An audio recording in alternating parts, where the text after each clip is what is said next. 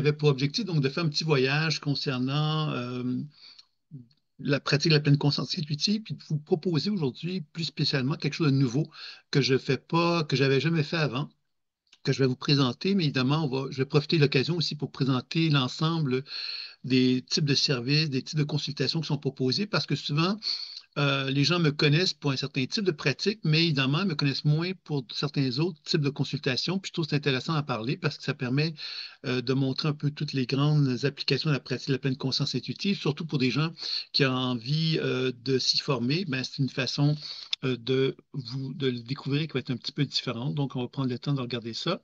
Puis, je vais vous parler également de lecture intuitive et soins en groupe. Qui est quelque chose que moi j'ai commencé avec ça en fin de compte parce que quand j'ai commencé avec la formation au tout début de ma carrière, j'ai fait une formation avec des guérisseurs, c'était beaucoup de travail de groupe qui était proposé. Une des raisons pourquoi j'ai pas voulu aller dans cette direction-là, c'est que j'ai constaté que quand on crée une énergie de groupe, ça crée de la dépendance. À un point où les gens, ben, quelque part, moi je me rappelle à l'époque que le guérisseur était suivi par beaucoup de monde, mais finalement, personne ne faisait rien parce ils étaient tous un petit peu comme ils mettaient tous un pied sur un piédestal, cet homme-là, et finalement, il pratiquait pas, puis il développait rien. Alors moi, ça m'avait fait comprendre que c'était peut-être pas une bonne façon de développer une pédagogie. Pourquoi j'y reviens aujourd'hui? Mais parce que dans un contexte de groupe, par contre, dans un contexte d'entraide, je pense que ça peut être quelque chose d'intéressant, et c'est pour cette raison-là qu'on va en parler aujourd'hui, et que je vais proposer, je vais vous en parler également, un service aussi qui va tourner autour de ça, qui, je pense, va enrichir aussi la pratique personnelle, plus spécialement pour les gens qui veulent se sentir soutenus dans la pratique. Alors, comme d'habitude, s'il y a des questions, des interrogations, vous pouvez faire le par la chat ou vous pouvez évidemment aussi demander la parole puis prendre le micro. Il n'y a aucun problème. Dans les deux cas, c'est possible. Donc, l'autre chose que j'avais envie de vous dire, c'est que, bon, mon nom est Sylvain Bélanger. Hein, je pense que vous le savez, mais on va quand même prendre le temps, un instant, de dire que ça fait quand même un certain nombre d'années que je pratique, que j'ai mis en place la pratique de la pleine conscience intuitive, qui est une pratique justement qui a pour objectif donc de présenter une méthode hein, pour arriver à développer ce qu'on appelle la clairvoyance, la clairaudience, la clairsentience, la médiumnité, le channeling, les soins énergétiques, la déprogrammation de la mémoire cellulaire, la pratique de la pleine conscience intuitive. Ça se veut finalement comme un genre de pédagogie dans lequel il y a des enseignements qui sont donnés, tant en présentiel qu'en ligne. Et puis, évidemment, il y a la spirale évolutive qui est née tout récemment, qui est une grille de lecture qui se développe actuellement. Il y a un nouveau livre qui va sortir très bientôt qui va donner qui va expliquer de quelle façon que la spirale évolutive peut être utilisée avec l'intuition d'une façon plus officielle. Donc, ça va arriver très bientôt. Puis un jeu de cartes également qui existe. Vous aviez une conférence. La deuxième conférence était sur les produits de la spirale évolutive, entre autres, et vous permettait de découvrir un petit peu ce que c'était les deux grands volets de la pratique. Hein. Donc, la pleine conscience intuitive, qui est donc la méthode d'enseignement dans laquelle on n'utilise aucun outil, puis d'autre part, la spirale évolutive, qui, elle, peut nous permettre de développer l'intuition, mais avec des outils comme le jeu de cartes, par exemple. Donc voilà, ça c'était pour les deux premières conférences. Donc aujourd'hui, c'est accéder à la transformation grâce à la lecture intuitive et soins individuels et en groupe. C'est un long titre quand même. J'avais même pris le temps de le noter pour être sûr que je m'en souvienne, parce que c'est un petit peu long. Mais bon, qu'est-ce que ça veut dire? Alors évidemment, comme je disais tantôt, on va faire un survol pour commencer des différents types de consultations qui sont proposées. Puis après ça, on va faire une expérimentation. Justement, je vais vous présenter ce que c'est que la lecture intuitive et soit en groupe. On va peut-être faire une petite expérimentation si ça vous dit. Je pense que ça pourrait être sympathique. Donc, alors, les consultations de la pratique de la pleine conscience intuitive, ça veut dire quoi? Ça veut dire finalement, ben, à quoi ça sert de pratiquer la pleine conscience intuitive, puis à quoi ça sert qu'une personne vienne voir quelqu'un qui fait de la pratique de la pleine conscience intuitive. C'est ça qu'on va explorer un petit peu dans un premier temps. Donc, la première consultation, lorsqu'on vient voir qu'un client vient me voir. Moi, j'appelle ça une consultation. C'est une rencontre d'orientation que j'appelle ça. Alors, pourquoi c'est une rencontre d'orientation? Parce que justement, je pars du principe qu'une personne qui vient me voir pour une première fois n'arrive pas avec un peut arriver avec des demandes, bien sûr, mais arrive souvent avec une curiosité, une méfiance aussi, sans doute, hein, dans lequel il se dit, bon, ben, je vais rien dire, je vais faire le mieux comme une cape et je vais le laisser venir. Ça, c'est vraiment le grand classique. Hein. Il y a des gens qui vont, parce qu'ils ont une méfiance, ils veulent vérifier qu'est-ce que si on a une habileté réelle. Donc, ils vont rien vouloir nous dire, puis ils vont finalement se laisser un petit peu porté par la consultation. Et c'est pour ça que j'avais choisi d'appeler ça rencontre d'orientation, parce que ça veut donc dire finalement que toutes les options sont possibles. Et comment va-t-on procéder pour faire ça? Bien évidemment, comme vous vous rappelez, l'imaginaire est l'élément clé de la pratique. Donc, quand on fait un travail sur soi, bien évidemment, on apprend à utiliser l'imaginaire pour voyager à l'intérieur de soi. Mais quand on le fait sur un partenaire, bien évidemment, le partenaire devant nous, on va donc pas mettre l'emphase sur la réalité terrestre de la personne, mais on va mettre l'emphase sur la réalité subtile de la personne. C'est-à-dire que je vais me mettre en relation avec la perception visuelle, auditive, sensitive que j'ai de la personne, non pas donc de sa dimension physique. Je ne vais pas me fier à savoir à quoi elle ressemble physiquement, je vais plutôt me fier à savoir qu'est-ce qui est la perception que je perçois d'elle. Et c'est de cette façon-là qu'on va procéder pour effectuer une rencontre dans laquelle on fait un voyage. Habituellement, une rencontre d'orientation, l'objectif, c'est de rétablir l'équilibre énergétique des pieds jusqu'au sommet de la tête. C'est un peu le concept d'une rencontre d'orientation. Alors évidemment, en 1 heure à peu près, la consultation, on n'a pas tout le temps d'aller en profondeur dans tout ce voyage-là, mais on cherche grosso modo à faire ce voyage-là, donc à chercher à rétablir des pieds jusqu'au sommet de la tête. Des fois, on y allait un peu plus rapidement qu'à d'autres endroits pour justement permettre d'avoir cette vision globale. Pourquoi c'est si important? Parce que vous comprendrez que lorsqu'une personne vient me voir et qu'elle est complètement déséquilibrée au début du soin et qu'à la fin du soin, j'ai pu rétablir l'équilibre, j'ai comme 2 regards de la personne. J'ai le regard avant puis le regard après. Et le regard après me permet de dire à la personne, me regarde, quand tu es en harmonie avec toi, à quoi tu ressembles. Alors, évidemment, le voyage qu'on a fait ensemble pendant 1 heure, ben, ça permet à la personne de se faire une représentation elle-même de qui elle est véritablement. Elle est partie donc d'une étape où elle était plus ou moins en état de bien-être. Et à mesure que le soin avance, bien évidemment, je lui donne de l'information intuitive qui lui ouvre sa conscience et elle aussi, elle ressent dans son corps les transformations qui font que le corps et l'esprit, finalement, trouvent un repère qui lui dit waouh, c'est ça que je suis vraiment. Et c'est ça qui va contribuer souvent à amener la transformation. Et évidemment, comme c'est enregistré, ces consultations-là, bien évidemment, la personne va pouvoir le réécouter, réécouter, réécouter, réécouter, réécouter pour justement réintégrer l'information. C'est ça qui est l'idée, hein? L'intégration de l'information, ça permet à notre cerveau de devenir de plus en plus capable d'avoir une représentation de plus claire, de plus en plus nette, de plus en plus précise de la transformation qui est en nous. Et comme on la nomme en mots et qu'on a reconnu ce que Sylvain a pu dire, hein, dans ce cas-ci, bien évidemment, ça va finalement permettre d'amplifier ce processus de transformation. Et c'est comme ça qu'une consultation, une rencontre d'orientation va souvent être utile 1 fois par semaine, 1 fois par année, hein, ça dépend vraiment. Une rencontre d'orientation n'implique pas un suivi, mais c'est une rencontre qui permet d'avoir un genre de regard très rapide. En 1 heure, on voit un changement avant et après et la personne voit son potentiel. Est-ce que ça veut dire qu'elle s'est transformée après une consultation? Non, mais ça veut dire qu'elle a reconnu un potentiel de transformation qui est en elle, qui est en cours. Et si elle reconnaît ce potentiel de transformation et qu'elle le souhaite qu'il s'intègre et qu'il s'installe dans sa vie, bien évidemment, le fait de répéter l'information va lui être utile, puis évidemment, de souvent faire un travail un peu plus approfondi va permettre cette transformation-là. Donc ça, c'était pour la première étape là, de ce que j'avais envie de vous dire concernant une consultation. C'est un peu cette idée-là globale. Alors évidemment, dans une consultation, il y a plein de thèmes qui vont être abordés. J'aimerais ça en aborder quelques-uns avec vous pour vous faire part un petit peu de qu'est-ce que moi j'ai observé dans les consultations, puis de quelle façon qu'on procède pour arriver à aller dans ces diverses voies-là. Alors la première voie qui est très fréquente, c'est la santé. Alors évidemment, comme je vous l'ai déjà dit, pour moi, la santé, une personne peut venir me voir malade, mais mon objectif à moi n'est pas de chercher à donner des causes médicales à une maladie, puisque cette personne-là, habituellement, elle est suivie par un médecin et elle a donc déjà une investigation médicale qui lui est faite. Donc, moi, mon objectif, c'est pas de me fier sur ce que les médecins vont dire, mais plutôt me fier sur ce que moi je perçois. C'est ça la force de la pratique de la pleine conscience intuitive, hein, c'est de constater que vous vous rappelez que moi, j'ai un corps physique, j'ai un champ d'énergie autour de mon corps physique. Ce champ d'énergie est le reflet de l'activité biolumineuse des cellules. Ce qui veut donc dire que quand je regarde cette activité-là, je suis en mesure de constater s'il y a des manques, des zones de friction, des zones de déstabilisation, des zones de surcharge, d'épuisement qui sont dans le champ énergétique de la personne. Et parce que j'observe ça, ça me permet, moi, d'arriver à déterminer s'il y a un potentiel santé optimal ou si, au contraire, la personne qui se trouve devant moi a un potentiel de santé très faible. Alors moi, mon objectif n'est pas de déterminer si la personne est malade. Si elle est malade, de toute façon, son potentiel santé devrait être très faible. Hein, si elle est très, très malade, par exemple, on va constater que le potentiel santé est très faible. Et puis moi, mon objectif à l'intérieur d'une consultation, ça va être de simplement chercher à rétablir le potentiel santé.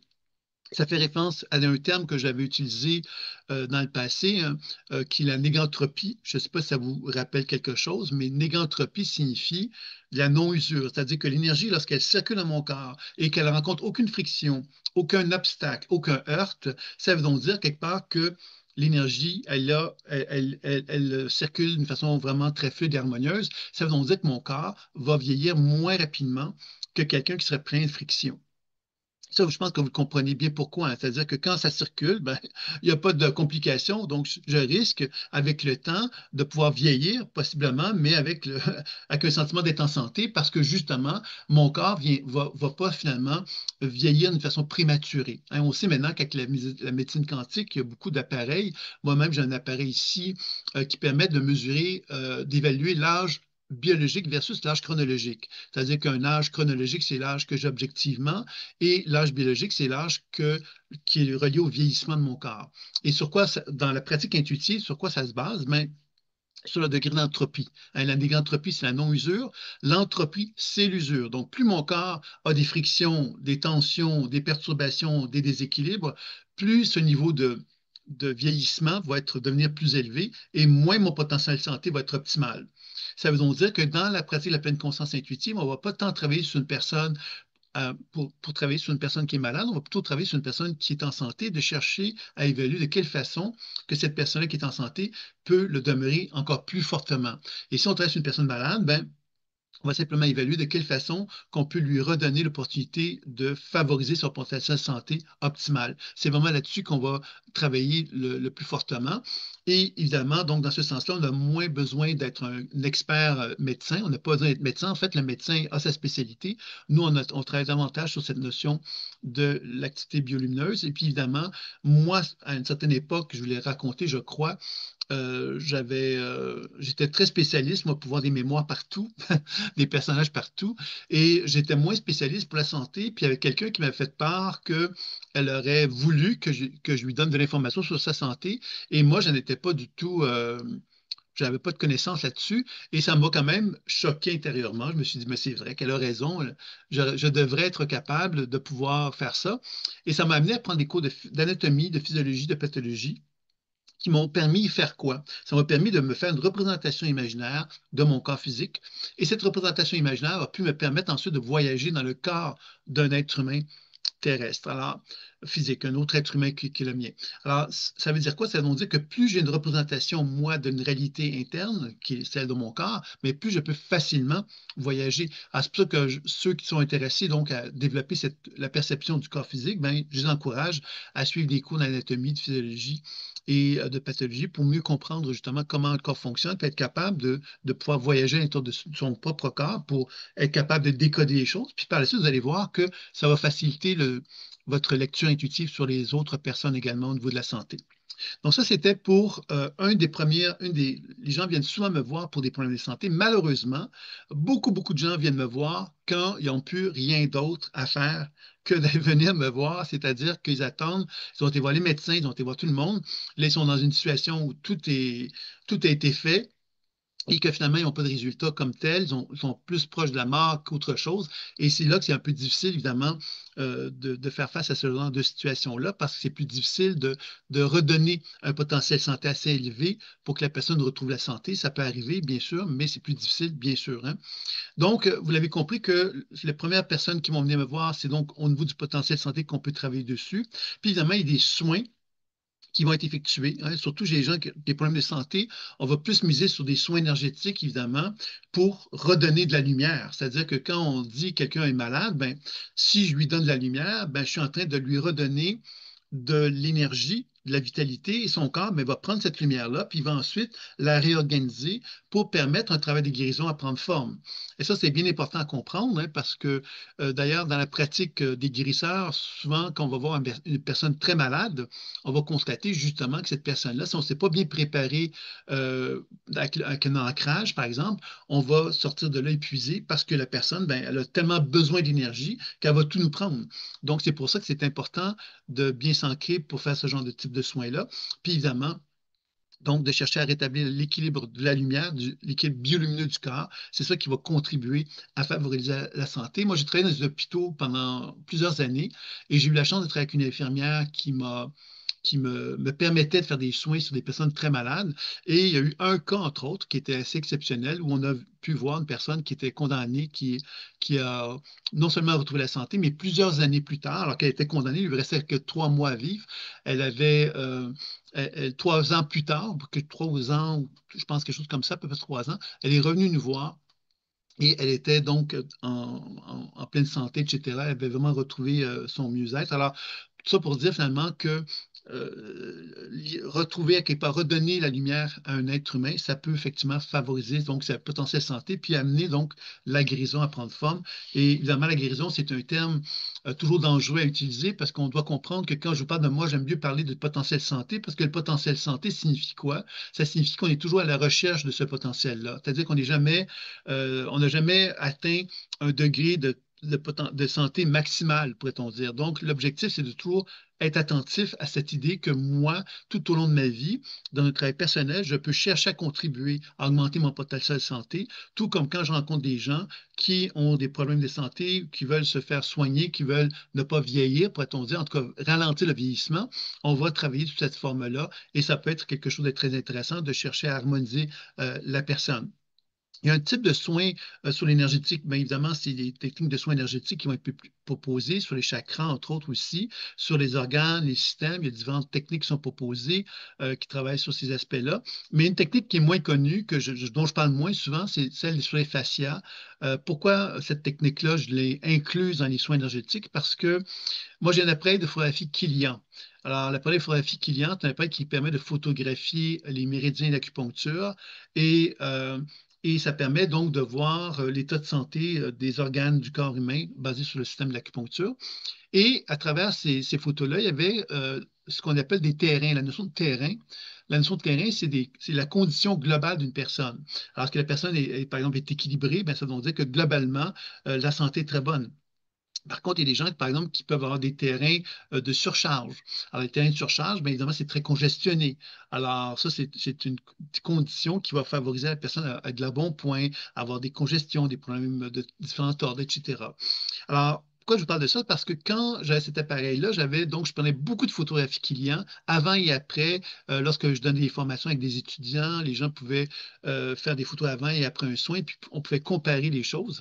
Et une des choses que j'avais observées, c'est que lorsqu'une personne a des tissus dans son corps qui sont figés, c'est-à-dire qu'il y a une moins bonne respiration qui se fait dans les tissus, ben à ce moment-là, quand on fait un travail énergétique, ça peut être moins efficace.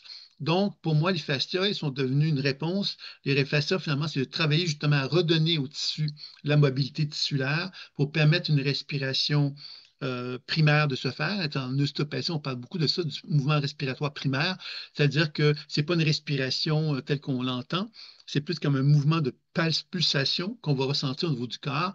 Et c'est quelque chose que donc moi j'ai appris à développer, puis que j'ai proposé dans le cadre de l'enseignement, puis j'ai trouvé que ça apportait quelque chose de très intéressant pour permettre de combiner d'une part le soin énergétique qui est donc de transmettre la lumière et d'autre part permettre au tissu de mieux répondre justement à la vie, au principe de vie qui est en eux, pour ensuite recevoir la lumière d'une façon seconde. Alors c'est un peu ce que je voulais vous dire concernant donc l'aspect de la santé énergétique. On pourrait en parler longuement, mais on va y revenir un petit peu avec d'autres techniques que je vais vous parler un petit peu plus tard. Est-ce que les questions concernant ce premier type de consultation que l'on fait souvent lorsqu'on rencontre des gens pour les soins énergétiques?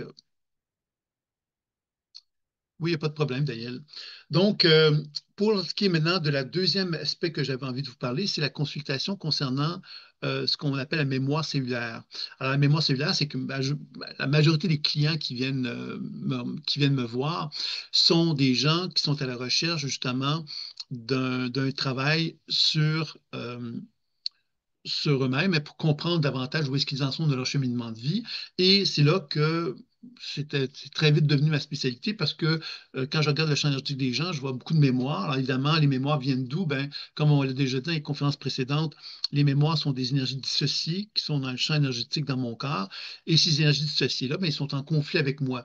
C'est-à-dire que si j'ai vécu une expérience d'abandon à l'âge de 5 ans, mais cette expérience d'abandon-là, ben, je peux, moi, m'en dissocier, me la rejeter, la refuser, parce que quelque part, elle me fait trop souffrir, me fait trop de la tristesse, trop de peine.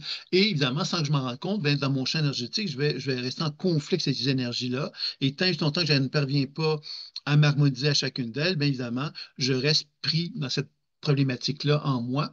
Et c'est ça qui va faire que quand je fais une lecture intuitive avec quelqu'un, bien évidemment, la première chose que je vais faire, c'est regarder justement ces énergies-là conflictuelles qui sont dans le champ énergétique de mon partenaire pour arriver évidemment à discuter avec elle, pour comprendre leur raison d'être, hein, avec ces mémoires-là, comme si ces mémoires-là avaient une conscience qui était vraiment associée à l'expérience de vie qu'elles ont vécue.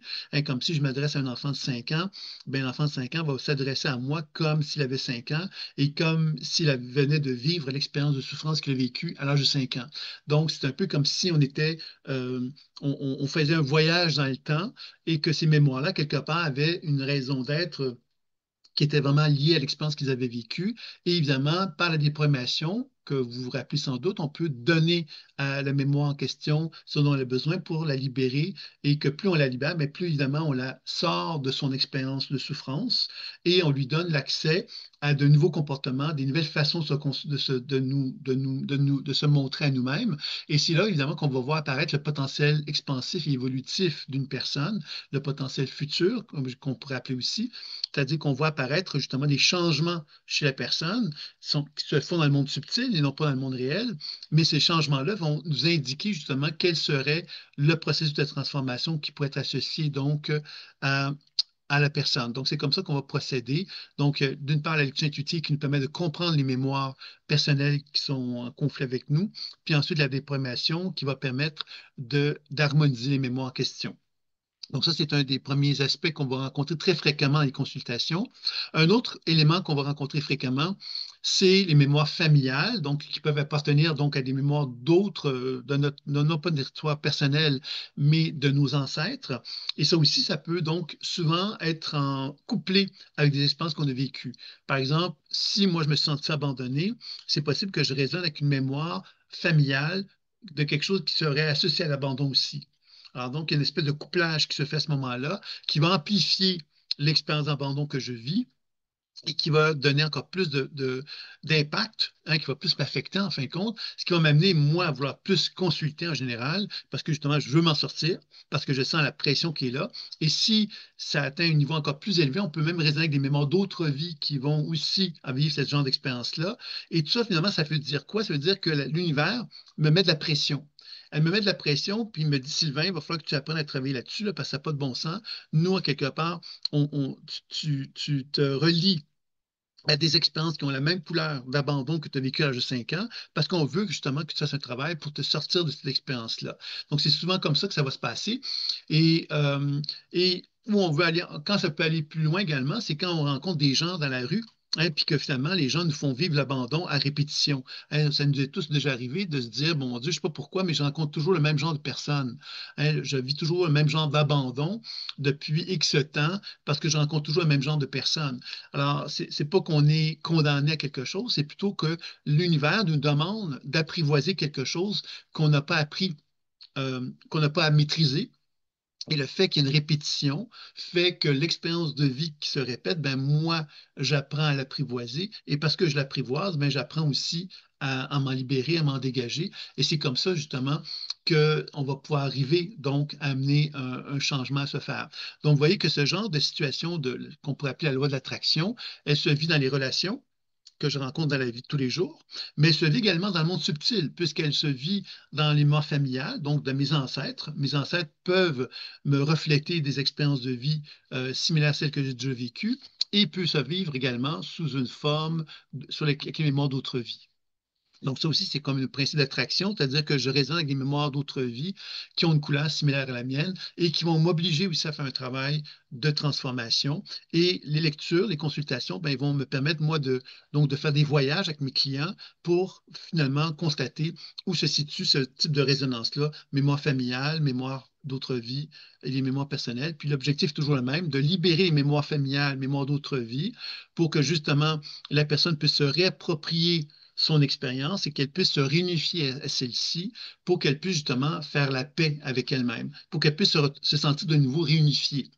Moi, je travaille avec des gens, avec un psychiatre à mon nez, puis on travaille beaucoup avec des gens qui ont des gros problèmes conflictuels avec eux-mêmes et des gros problèmes de dissociation.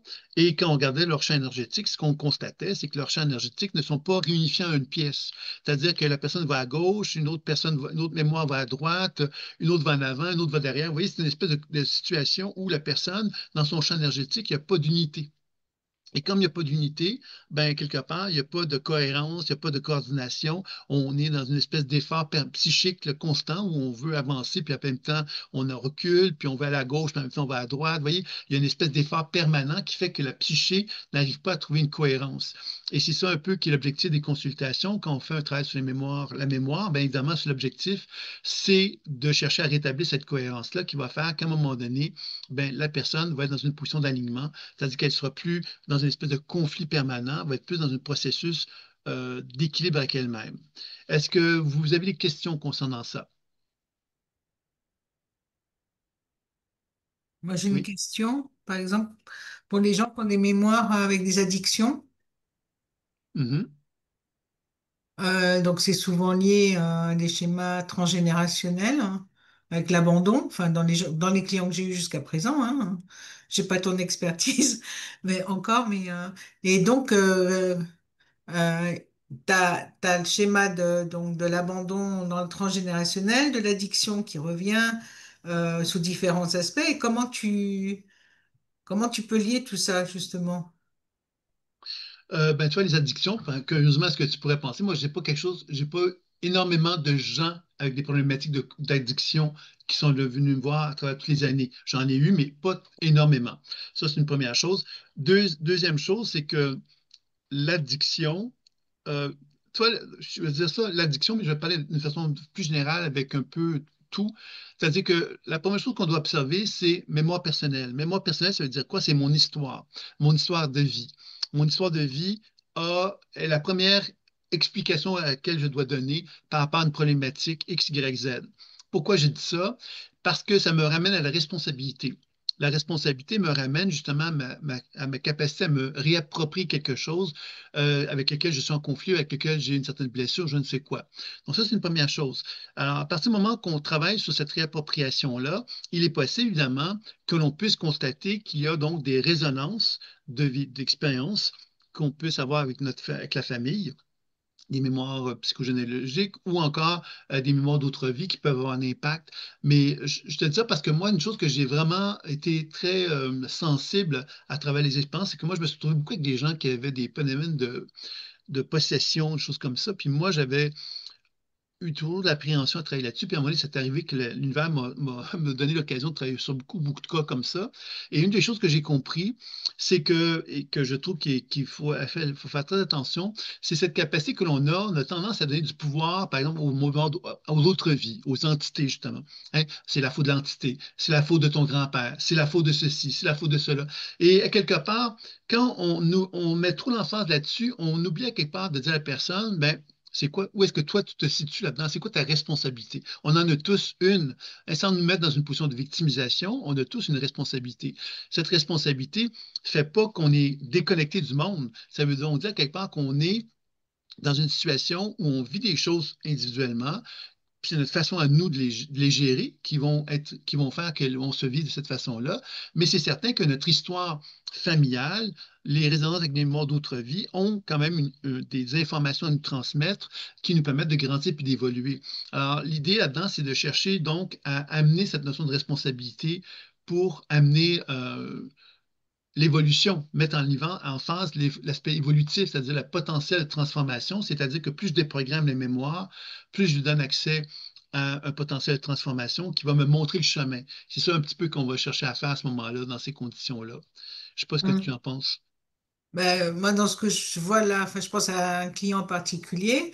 À partir du moment où on parle de responsabilité, en fait, il y a comme une fuite encore plus grande. Et derrière, ben, tu peux être sûr qu'il y a l'alcool. Ça va être une soirée où derrière, il y aura beaucoup d'alcool parce qu'il y a la peur de faire le pas aussi pour se responsabiliser. Et les clients, on les trouve pas pour le moment. Ouais, mais ça, je vais revenir, je vais pas arriver trop vite. Là. Je vais parler de d'autres types de soins tout à l'heure qui vont mieux convenir à ce genre de situation-là.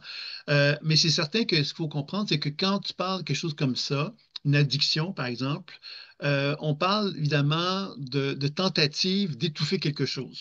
Par exemple, si on a une souffrance X, Y, Z, ben, cette souffrance-là, quand on n'est pas capable de la gérer, ben, on l'étouffe par de l'alcool ou par diverses manières Ouais, qu'on a ouais. trouvées. Et cette façon-là, évidemment, ben, c'est un mécanisme inconscient qui est derrière tout ça. Alors, c'est certain que pour arriver à travailler là-dessus, on va revenir sur des techniques dans les dernières étapes de la première partie de la conférence, dans laquelle je vais revenir puis je vais te parler de ces choses-là d'une façon Ok, plus ok, spécifique. Ça ok, va? merci. Oui, merci. L'autre, ensuite, les consultations viennent aussi pour un troisième type de consultation. Les gens viennent aussi souvent parce viennent de perdre quelqu'un. Ça fait référence aux personnes défuntes, hein, c'est-à-dire que j'ai une personne qui vient de mourir, puis quelque part, je voudrais savoir, bon, je suis un petit peu désemparé moi-même, j'ai besoin d'être aidé, donner un sens à tout ça, mais j'ai besoin également de savoir si cette personne-là, bon, si elle vit bien, ou bon, des choses comme ça. Alors ça, c'est quelque chose qui, évidemment, qui peut arriver assez fréquemment dans les consultations. Euh, Puis pendant que je pense, j'ai pas abordé les relations interpersonnelles, donc les relations amoureuses, ça c'est un gros volet. Je vais y revenir après avoir parlé des personnes défuntes, puisque je me rends compte que j'ai oublié de vous en parler. Donc les personnes défuntes, finalement, ben, qu'est-ce que c'est? Ben, c'est des situations où les gens vont, par exemple, je pense à une femme qui était venue me voir, qui m'avait dit qu'elle venait de perdre son père, puis elle voulait savoir comment est-ce qu'il était après la mort. Et la chose que moi j'avais vue dans ce cas-là, c'était un homme qui était très au loin et qui était sur un voilier et qui semblait lui dire tout va bien, au revoir, lui s'en allait. Ça, il était pas dans un désir de communication très élevé avec sa fille parce qu'il était bien en fait. Et puis quand je lui avais dit ça, cette femme-là, ben, elle avait effectivement eu des sanglots parce qu'elle avait dit, écoute, mon père a toujours voulu aller en croisière, faire le tour du monde en croisière. Donc, pour elle, c'était un signe que finalement, ben, tout allait bien parce que justement, euh, il est en train de réaliser son rêve. Alors, tout ça pour dire que donc les personnes, ce type de situation où les gens veulent savoir qu'est-ce qui arrive avec les personnes lorsqu'elles sont décédées, ben, il y a différents types de scénarios. Ça, c'en est un. Hein, les gens, lorsqu'ils décèdent, il y a souvent une phase où ils peuvent réaliser des rêves ou réaliser des choses qui vont leur permettre de quitter le monde terrestre. Hein. C'est-à-dire qu'à partir du moment qu'ils vont réaliser un grand rêve qu'ils n'ont pas pu accomplir dans le monde terrestre, le fait qu'ils l'accomplissent, ben, va leur permettre de quitter le monde vivant. Donc ça, c'est quelque chose, quand même, c'est comme une belle expérience, puis qui leur permet donc de se préparer à quitter le monde terrestre. Il y a d'autres gens, évidemment, qui peuvent, par contre, vivre des expériences négatives lorsqu'ils décèdent et peuvent rester accrochés à ces expériences négatives-là. Euh, Par exemple, je pense à un suicide, pour prendre un exemple très grossier, ou quelqu'un, par exemple, tantôt tu parlais d'addiction, mais quelqu'un qui décède et qui, finalement, se remémore dans le monde terrestre ses addictions, puis se remet à les revivre pour rester quelque part vivant. C'est un peu comme le prétexte à ce moment-là chez l'être humain qui décède, c'est de vouloir rester vivant. Même si c'est pas confortable la vie dans laquelle il se trouve, il va s'accrocher aux êtres humains sur Terre, puis il va essayer de se nourrir d'eux. Alors ça, c'est quelque chose qui peut s'apparenter à une situation moins heureuse, hein, c'est parce que c'est là qu'on va parler souvent de passeur d'âme, mais le passeur d'âme, qu'est-ce que c'est? C'est le travail où on va chercher justement à aller voir les personnes décédées et on va essayer donc par la déprogrammation, justement, de les libérer de leurs mauvaises habitudes, de leurs liens inutiles avec le monde terrestre pour qu'ils puissent quitter le monde de la mort. Ça, c'est quelque chose qu'on va retrouver assez fréquemment avec personnes défuntes. L'autre chose que je dirais, c'est que moi, ce que j'ai expérimenté avec les personnes défuntes, c'est qu'il faut faire attention avec la notion d'identité. Puis ça, c'est quelque chose dont je vais vous parler avec les guides aussi. Alors, je sais que je ne suis pas très populaire quand je parle de ces choses-là, mais j'aime bien en parler parce que c'est quelque chose que j'ai expérimenté. Quand ma mère est décédée, par exemple, moi, j'ai dû faire un travail à distance parce que je n'étais pas en mesure d'être présent à la cérémonie aux funérailles comme telle. Donc, j'avais fait un travail à distance sur ma mère. J'avais constaté qu'elle était en plusieurs morceaux, c'est-à-dire qu'il y avait une facette d'elle qui était, par exemple, dans la Terre, une autre facette d'elle qui était à un certain endroit, une autre facette d'elle qui était à un autre niveau. Elle avait comme plusieurs degrés d'évolution, finalement, comme si elle était morcelée, en fait. Et j'avais trouvé ça intéressant parce que ça me faisait comprendre, effectivement, qu'un médium, quand il communique avec une personne décédée, ben, avec quoi il communique? Est-ce qu'il ne communique pas plutôt avec une parcelle de la conscience de l'individu avec lequel il est en résonance et que selon que le médium est en résonance et a une grande capacité d'ouverture ou une petite capacité d'ouverture, ben, il va communiquer avec une parcelle plus ou moins importante de la personne en question. Donc, quand on comprend ça, bien évidemment, ça veut dire qu'il faut comme relativiser aussi, évidemment, l'idée que ça qu'on communique dans un contexte de personne défunte, ben, est-ce qu'on communique vraiment avec la personne dans son entièreté, puisqu'elle est décédée? Si elle est décédée, ça veut dire qu'elle n'a plus de corps terrestre, là, donc elle n'a plus la définition d'être la même personne qu'elle était dans le monde terrestre. Hein. Donc, on peut envisager que cette personne-là, quelque part, mais se retrouve dans plusieurs états de conscience différents et que l'idée, bien évidemment, c'est de comprendre quelque part que notre rôle à nous, c'est d'aider ces états de conscience-là à se dissoudre finalement dans l'univers, pourrait-on dire ça comme ça. Donc ça, c'était pour concernant les personnes défuntes. J'aimerais revenir sur les relations interpersonnelles parce que c'est un thème qui est très fréquent. En fin de compte, les gens qui viennent me voir pour des consultations, pour des relations amoureuses, des conflits amoureux, des questionnements sur leur histoire amoureuse, c'est sans doute un des grands thèmes que j'ai eu dans les consultations. C'est fréquent que des gens viennent pour ça.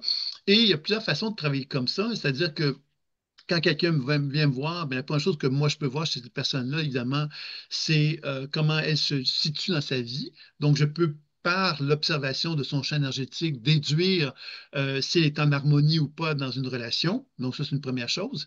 Puis évidemment, l'autre chose qu'on va observer, c'est que souvent, même si cette personne elle est toute seule avec moi, je vais constater que dans son champ énergétique, il peut y avoir évidemment une interaction avec une autre personne. Et c'est facile pour moi aussi de faire venir cette autre personne-là. Hein, par exemple, si c'est Jacques qui est devant moi, puis que Carole, qui s'accompagne, qui n'est pas là, ben je peux effectivement regarder Jacques et voir de quelle façon que Jacques est en relation avec Carole, de voir leur échange énergétique. C'est-à-dire que c'est un peu encore là dans l'imaginaire de regarder effectivement les deux personnes euh, se retrouver dans ma perception imaginaire, puis de voir les types d'échanges qui se font et de pouvoir interagir sur chacun d'eux pour arriver à déterminer quel est le potentiel futur de la relation. Hein, c'est-à-dire que lorsque les deux personnes, lorsqu'ils sont équilibrés, à quoi ressemble la relation finalement? Alors, c'est donc d'arriver à les conseiller en tenant compte des résistances qui peuvent animer leur champ énergétique réciproque et de quelle façon qu'on peut arriver à les libérer, puis de quelle façon qu'on peut les conseiller en tenant compte de cette réalité-là. Donc, c'est un peu comme ça qu'on va procéder avec les relations interpersonnelles. Il y a Bérangère qui me dit quelque chose. Attendez, je vais faire rentrer quelqu'un. Donc, Bérangère me dit, je rebondis sur la question de l'addiction et donc de l'emprise. La puissance des égrégores, l'influence dans l'invisible peut être très forte et mettre sous emprise individuelle et ou collective. Qu'est-ce que tu observes à ce propos? C'est sûr que je me rappelle une fois, j'avais rencontré quelqu'un qui avait été diagnostiqué schizophrène et puis qui était venu me voir. Puis ce que j'avais vu de lui dans son champ énergétique, c'était un gars qui était je le voyais dans un club de stripteaseuses mais dans un état de fascination et de passion absolue et totale dans l'observation des danseuses qui se trouvaient dans le bar. Alors évidemment, j'en avais parlé, puis après ça, il m'avait confirmé qu'il allait beaucoup dans ces endroits-là, puis qu'il finalement il se perdait complètement dans les expériences avec les femmes. Pourquoi je parle de ça? Mais c'est qu'évidemment, cette notion c'est toute une question de psychique en quelque part. C'est-à-dire que si moi j'ai des frontières psychiques, si j'ai un corps physique fait de chair et d'os, ça, on en a tous un. On est capable d'observer ça objectivement. Maintenant, quand on regarde psychiquement où est-ce que notre conscience se situe, on peut constater que notre conscience peut être dans notre corps, mais elle peut être également très sensible à l'extérieur. Et quand on est très sensible à l'extérieur, ben, ça veut dire que notre pouvoir individuel, notre pouvoir interne, est beaucoup moins élevé parce qu'on donne du pouvoir à l'extérieur. Alors, si moi, je donne du pouvoir à quelqu'un qui est à côté de moi, mais cette personne-là, si elle est moindrement dominante envers moi-même, puis que moi, je lui donne beaucoup d'importance, ben, vous comprendrez qu'il y a une influence qui va prendre forme. C'est-à-dire que cette personne-là, même si elle n'en est pas consciente, elle va avoir un impact sur moi qui dépasse largement ce qu'elle devrait avoir comme impact. Alors moi, je vais me sentir de plus en plus diminué, de plus en plus dominé par cette personne-là, etc. Alors si on regarde maintenant en termes d'égrégore et tout ça, si on regarde la société, par exemple, une société, finalement, c'est un ensemble de personnes. Alors, un ensemble de personnes, c'est que si moi, ma conscience n'est pas dans mon propre corps, ça veut donc dire quelque part que je peux effectivement avoir une conscience qui se déplace dans la société, hein, dans ce que l'extérieur me reflète, et je peux me sentir dominé à ce moment-là par la société et sentir quelque part que la société ben, a un impact tellement grand sur moi que moi, j'ai aucun pouvoir sur ma propre vie. Donc, vous voyez, ça, c'est des choses qui peuvent être faites.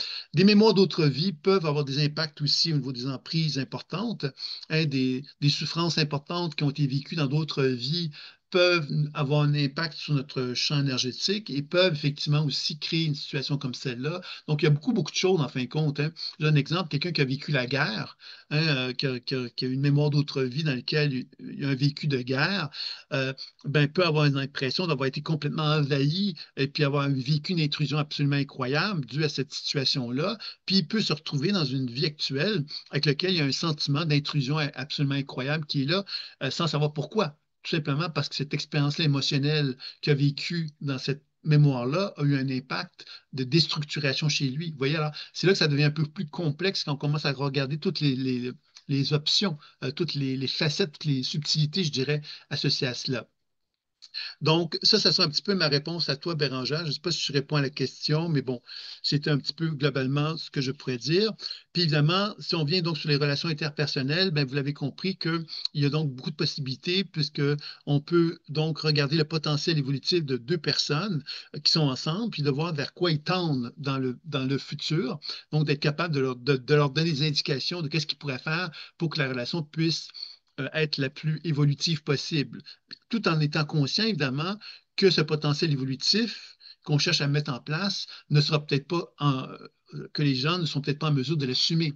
Donc, vous voyez que c'est pas parce qu'on parle d'un potentiel futur que le potentiel futur va nécessairement se réaliser. Donc, on doit vraiment être attentif justement à cette idée que le rôle d'un intervenant intuitif, c'est d'être capable de dire à la personne qu'est-ce qui peut être fait pour qu'il y ait une amélioration le plus possible, puis finalement accepter aussi que cette amélioration, bien évidemment, elle nécessite deux personnes. Hein. C'est-à-dire que moi, je peux être convaincu que je vais avancer avec la personne avec qui je suis, mais si l'autre personne n'est pas convaincue, ben j'ai beau quelque part faire des pieds et des mains, il faut que l'autre personne soit convaincue aussi. Il faut on soit deux là-dedans pour bâtir quelque chose ensemble. Alors ça, c'est quelque chose, évidemment, qu'on doit tenir compte lorsqu'on regarde les dynamiques relationnelles dans un couple. Donc, ça, c'était un autre aspect.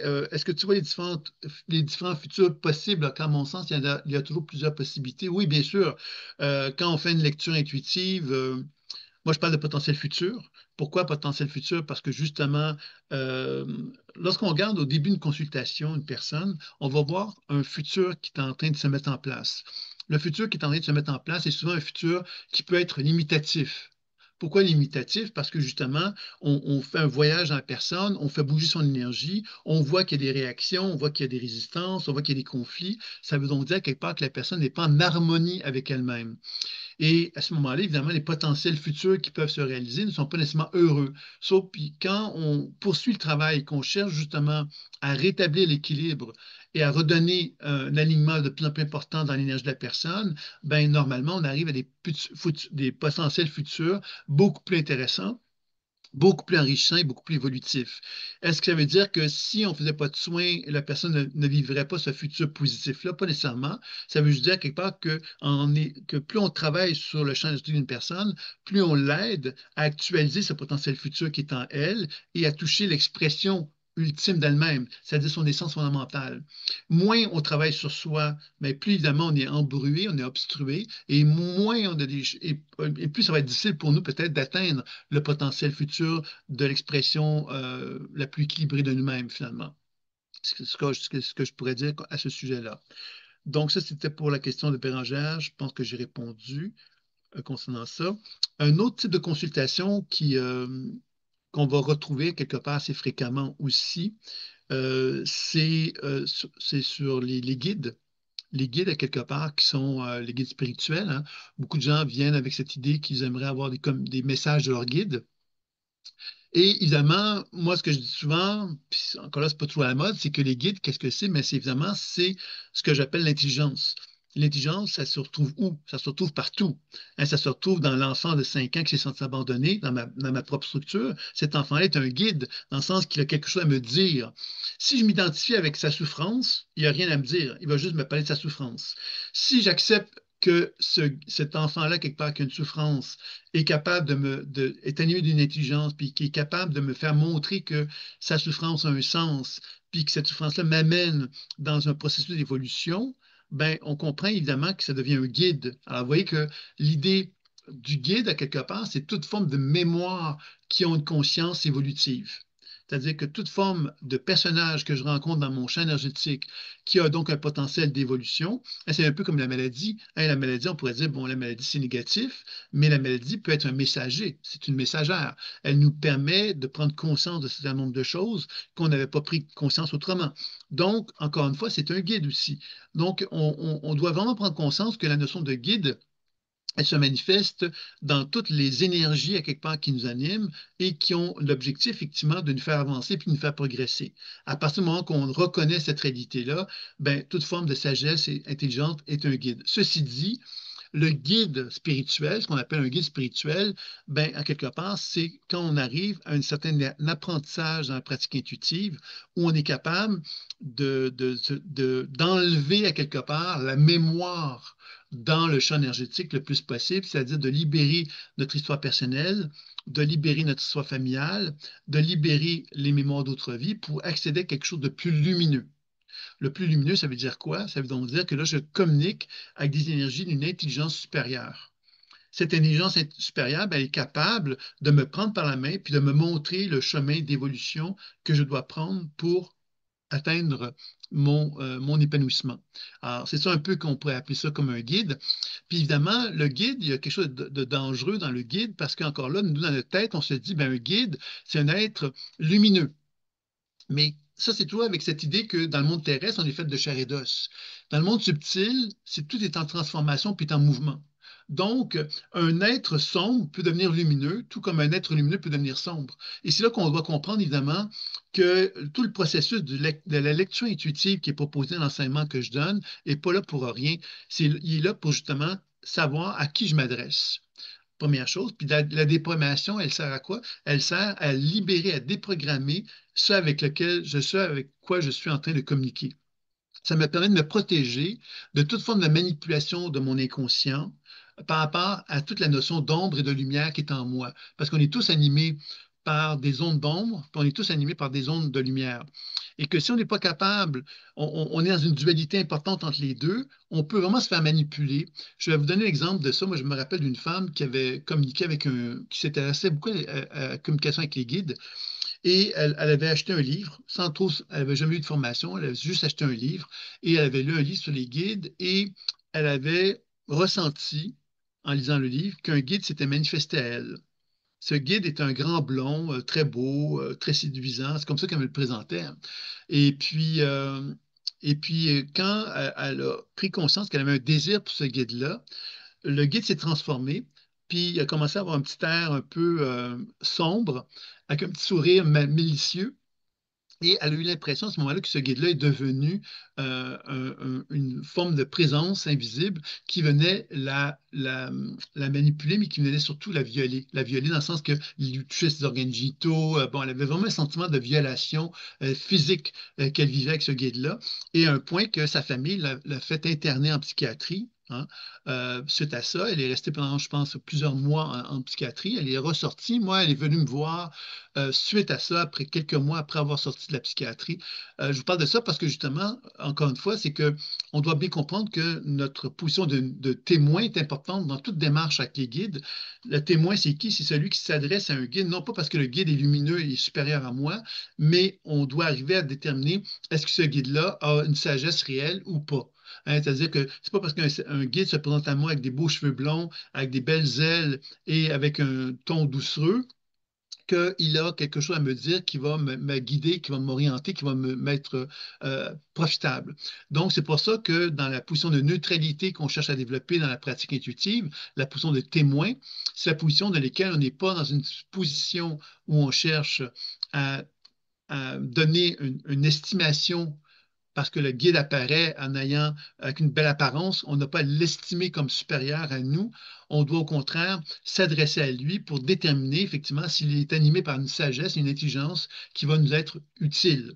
C'est ça qui va déterminer. C'est la qualité de l'information qui est le plus utile que les apparences. Et quand on regarde dans le monde terrestre aujourd'hui, on prend bien conscience que ce conseil-là s'adresse parfaitement aussi au monde terrestre. C'est-à-dire que quand on rencontre quelqu'un qui a un beau vêtement et qui a l'air très gentil, etc., est-ce qu'on doit se fier aveuglément à lui? Non.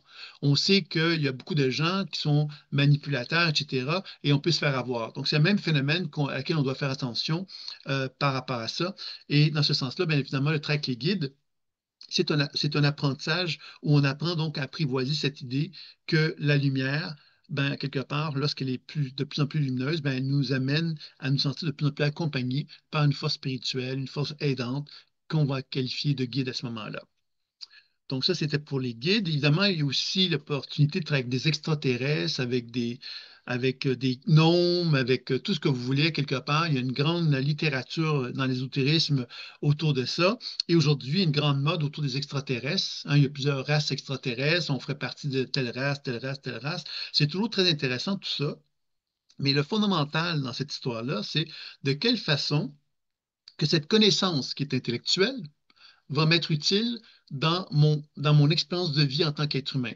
Parce que le grand danger de la spiritualité, depuis le début des temps, c'est de s'évader dans celle-ci en évitant de vivre dans le monde terrestre parce qu'on est ceci, parce qu'on est cela. Vous voyez, d'une certaine époque, on, on était quelque part connecté avec une étoile sérieuse. Aujourd'hui, on est connecté avec un extraterrestre, je ne sais quoi. Mais l'idée, quelque part, à se poser, c'est qu'est-ce que je fais de ma vie? Est-ce que je donne un sens à ma vie qui me permet de me réaliser? C'est ça qui est quand même l'élément clé. Il faut donc faire bien attention à ne pas fuir dans la spiritualité. Et les guides et les énergies extraterrestres et ainsi de suite sont quand même des grandes tentations pour aller se perdre dans cet univers-là. Donc, c'est pour ça que c'est très important de se rappeler que pour que ça ait un sens, tout ça, mais il faut effectivement que ces intelligences-là soient capables de nous guider et que ce soit pour nous faire avancer, progresser dans notre vie. Donc, ça, c'était pour ça. Évidemment, si vous avez des questions, interagir avec moi, n'hésitez pas pour que je puisse répondre à vos questions à ce sujet-là. Ensuite, il y a le contact télépathique avec l'âme ou l'alignement à l'âme que j'aimerais vous parler. C'est une technique finalement que j'utilise pas systématiquement dans la pratique. Je ne veux pas commencer à dire ben, je fais de l'alignement à l'âme avec une personne, mais je vais vous expliquer quand même euh, ce que ça veut dire. C'est-à-dire que dans certaines situations, ça peut être intéressant de regarder l'être humain comme étant animé par une conscience supérieure qu'on pourrait appeler l'âme. Puis entre l'âme et l'être fait de chair et d'os, il y a une série de couches d'énergie qui nous séparent, qui le séparent. Et la couche supérieure, on va l'appeler comme ça, c'est les mémoires d'autre vie. La couche ensuite, ben, ça peut être les mémoires familiales, mémoires d'autre vie, mémoire mentale, émotionnelle, énergétique, terrestre. Alors, on peut donc euh, segmenter notre compréhension du corps humain. Ça veut donc dire que quand je regarde le champ énergétique d'une personne, je peux voir qu'il y a un champ de lumière. Dans ce champ de lumière-là, je peux le segmenter en disant, mais tiens, dans ce champ de lumière-là, il y a de l'information sur les organes du corps humain de la personne, donc sa santé. Je peux constater que dans cette mémoire-là, dans cette lumière-là, Il y a de l'information sur son histoire personnelle, donc des événements de sa vie. Je peux constater qu'il y a des mémoires familiales dans ce champ d'énergie. Je peux constater qu'il y a des mémoires d'autres vies dans ce champ d'énergie, qu'il peut y avoir des informations, des pensées qui sont là, des émotions qui sont là, etc. Vous voyez, là, on peut reconnaître effectivement que dans cet univers-là, quelque part, il y a plein d'informations qui nous éloignent de notre âme, l'âme étant la source lumineuse, la source qui est libérée de toute forme terrestre qui nous empêche d'évoluer, de progresser, de cheminer. Parce qu'on doit comprendre ici que l'histoire humaine, elle nous programme dans quelque chose qu'on connaît et que l'âme, c'est un peu la libération de ces expériences mémorielles-là.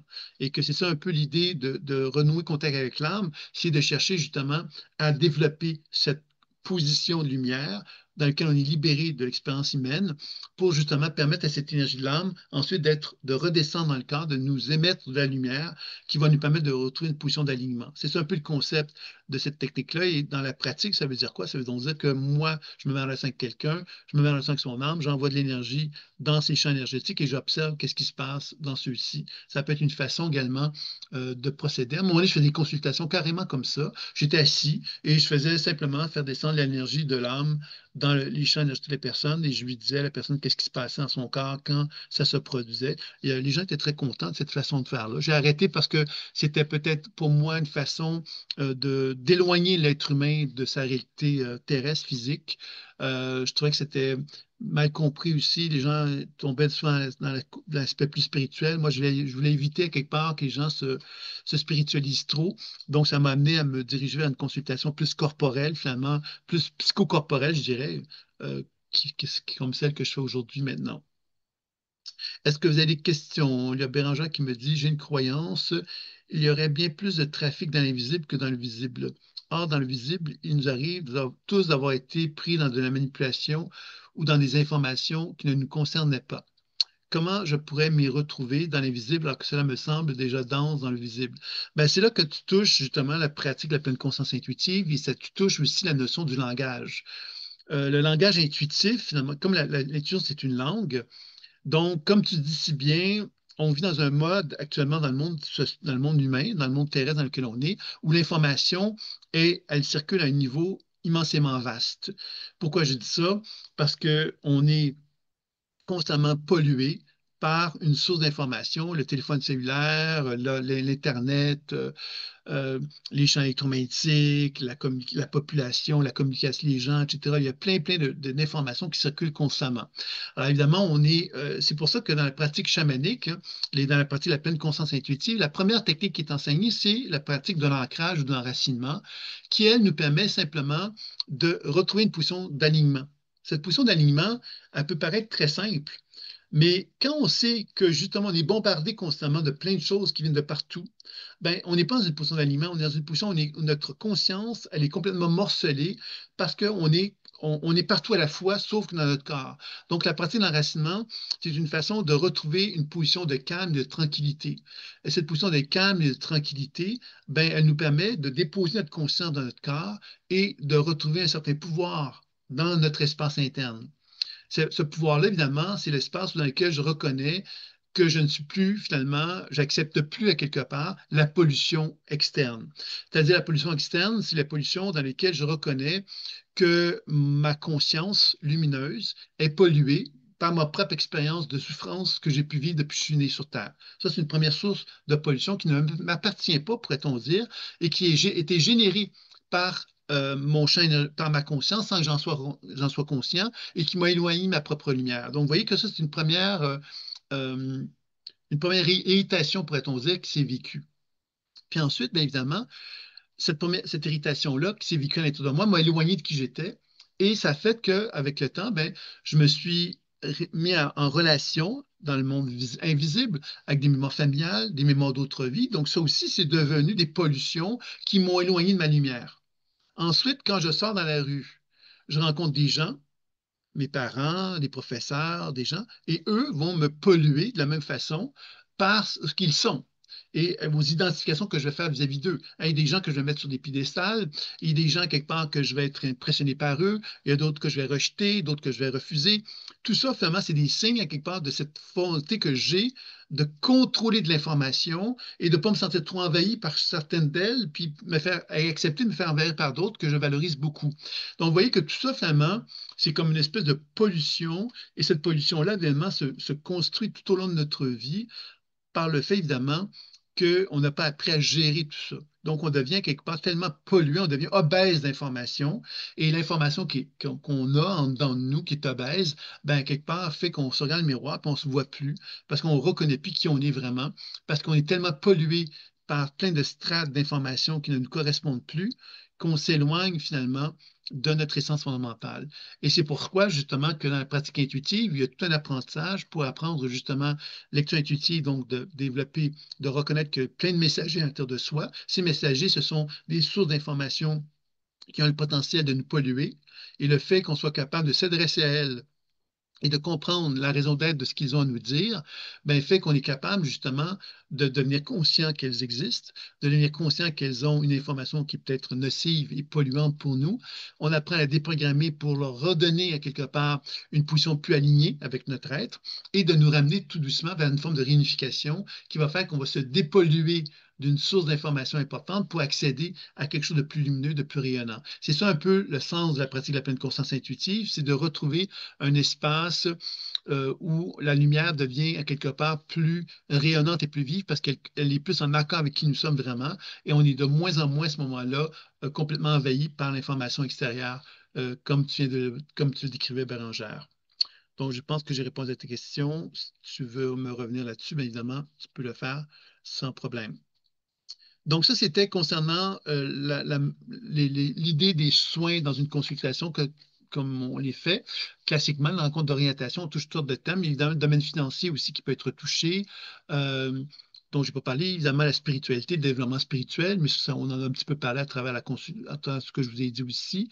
Le domaine professionnel, évidemment, le domaine relationnel, on en a parlé un peu. Donc, vous voyez, il y a beaucoup de thèmes à quelque part. Puis, évidemment, si on veut parler de l'histoire de la vie d'une personne, ben, on peut retrouver son enfance, comment elle était, quand elle est née, comment elle se comportait, comment elle était dans le ventre de la mère. On peut faire des voyages comme ça. Donc, on peut aller chercher énormément d'informations sur énormément de thèmes chez une personne. Donc, on peut vraiment faire une évaluation intuitive très, très complète sur une personne.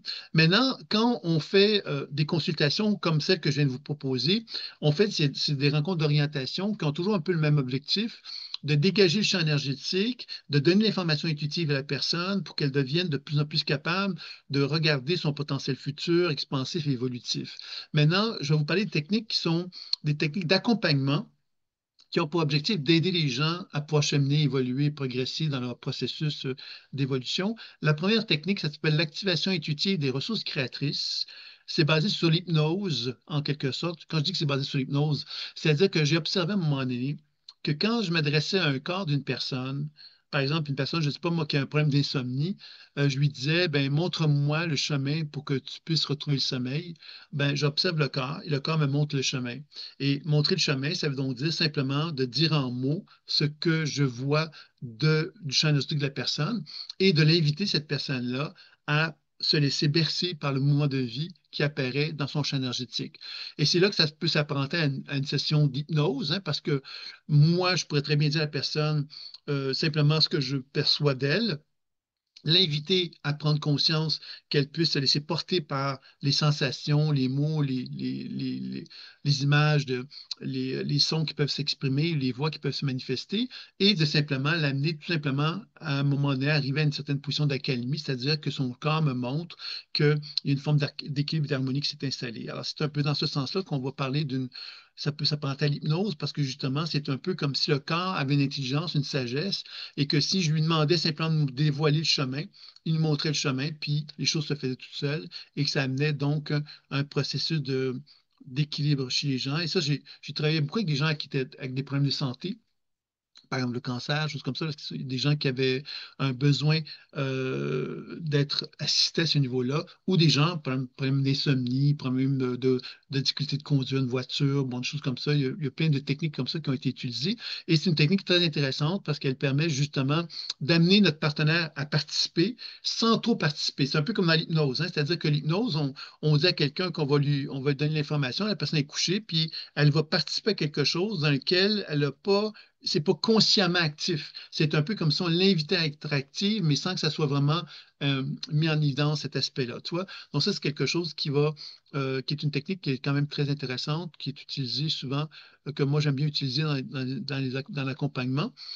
Une autre façon d'accompagner les gens, c'est l'enseignement personnalisé qui propose des techniques de pratique intuitive dans lesquelles que j'enseigne dans les formations, mais que je vais proposer aux gens, dans lequel je vais leur proposer, mais dans un contexte euh, de leur donner de l'information tout en leur transmettant une technique.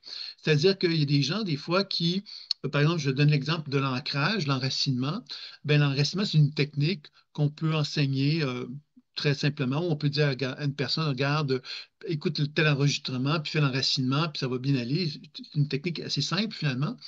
Mais l'enracinement personnalisé, c'est que là, je vais faire intervenir ce que je perçois dans le champ énergétique de la personne. Par exemple, si je lui dis, tu vas créer des racines sur la plante de tes pieds et tu vas faire remonter l'énergie tellurique de la Terre au niveau de tes pieds, ben ça, c'est la technique. Maintenant, ce que je pourrais lui dire, c'est que pendant que l'énergie de la Terre circule dans tes pieds, je pourrais voir, par exemple, une grande colère apparaître en toi. C'est-à-dire que là, je commence à parler de la personne, tu vois. C'est-à-dire que je fais vivre une expérience d'enracinement tout en lui donnant de l'information qui la concerne. Et à partir de, évidemment, que l'énergie de la Terre circule mieux dans les pieds, ben là, je pourrais lui faire valoir que la colère, mais c'est assez comme transformé en quelqu'un qui voulait taper très fort sur le sol, puis en mettant en évidence une fermeté très grande qu'elle veut exprimer dorénavant parce qu'elle a été blessée dans le passé, puis elle ne veut plus revivre ça. Donc, il y a une forme de fermeté qui va être de plus en plus visible et que l'énergie de la Terre ben, lui donne cette opportunité de manifester cette puissance-là. Tu vois? Donc, vous voyez, c'est un peu comme ça qu'on va faire l'enseignement personnalisé. On enseigne une technique et on donne de l'information intuitive, ce qui fait donc dire que la personne apprend une technique, mais en même temps, elle bénéficie d'une information qui, lui, la guide et l'oriente dans son cheminement de vie. Et c'est enregistré, donc elle peut ensuite, de nouveau, réécouter l'enregistrement de la même façon et elle intègre donc une technique. Donc, il y a plusieurs façons de faire l'enseignement personnalisé. Il y a l'ancrage, l'enracinement, il y a comment se réunifier. L'auto-guérison, c'est toutes des techniques que je vous parle, là. La couleur du temps, la couloir du temps, du passé, le couloir du temps pour le futur, potentiel futur.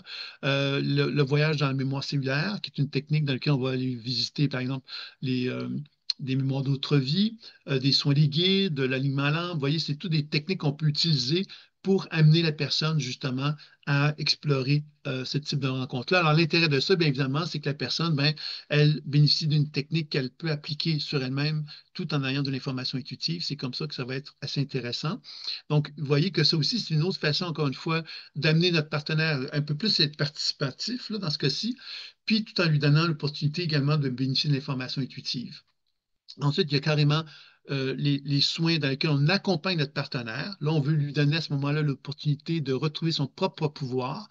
Et là, on va lui dire, regarde, je vais te faire expérimenter une technique, hein, par exemple, une technique d'auto-guérison, et je vais te montrer comment faire, puis tu vas le faire toi-même. Ça veut dire que moi, je ne vais pas intervenir. Là, je donne l'opportunité à la personne de vraiment intervenir par elle-même et de me dire qu'est-ce qui se passe quand elle fait l'exercice. Par exemple, si je lui propose de faire un transfert d'énergie sur une région de son corps parce qu'elle a un problème de santé puis elle veut se soigner et que moi, j'accepte justement de me retirer, donc de ne pas intervenir, ben, je vais l'accompagner simplement de façon passive en lui donnant l'opportunité de développer elle-même sa propre capacité à faire de la pratique de la pleine conscience intuitive sur elle-même. Évidemment, si jamais il y a un problème, ben moi, je peux intervenir à tout moment. Vous voyez, c'est là que je l'accompagne. Mais elle devient de plus en plus autonome à ce moment-là. C'est un signe justement d'autonomie qui fait que la personne se dirige dans le processus thérapeutique vers la libération et de dire, ben voilà, j'ai de moins en moins besoin de Sylvain parce que je suis de plus en plus capable de me débrouiller dans la pratique intuitive. Donc, ça va être une technique assez intéressante. Puis, une dernière technique que je voulais vous parler, évidemment, dans l'accompagnement, c'est la technique de la libération émotionnelle qui va se vivre dans des situations où quelqu'un a une charge émotionnelle qu'elle ne sait pas gérer. Alors, puis moi, j'ai expérimenté ça dans une formation en psychopolarité à l'époque.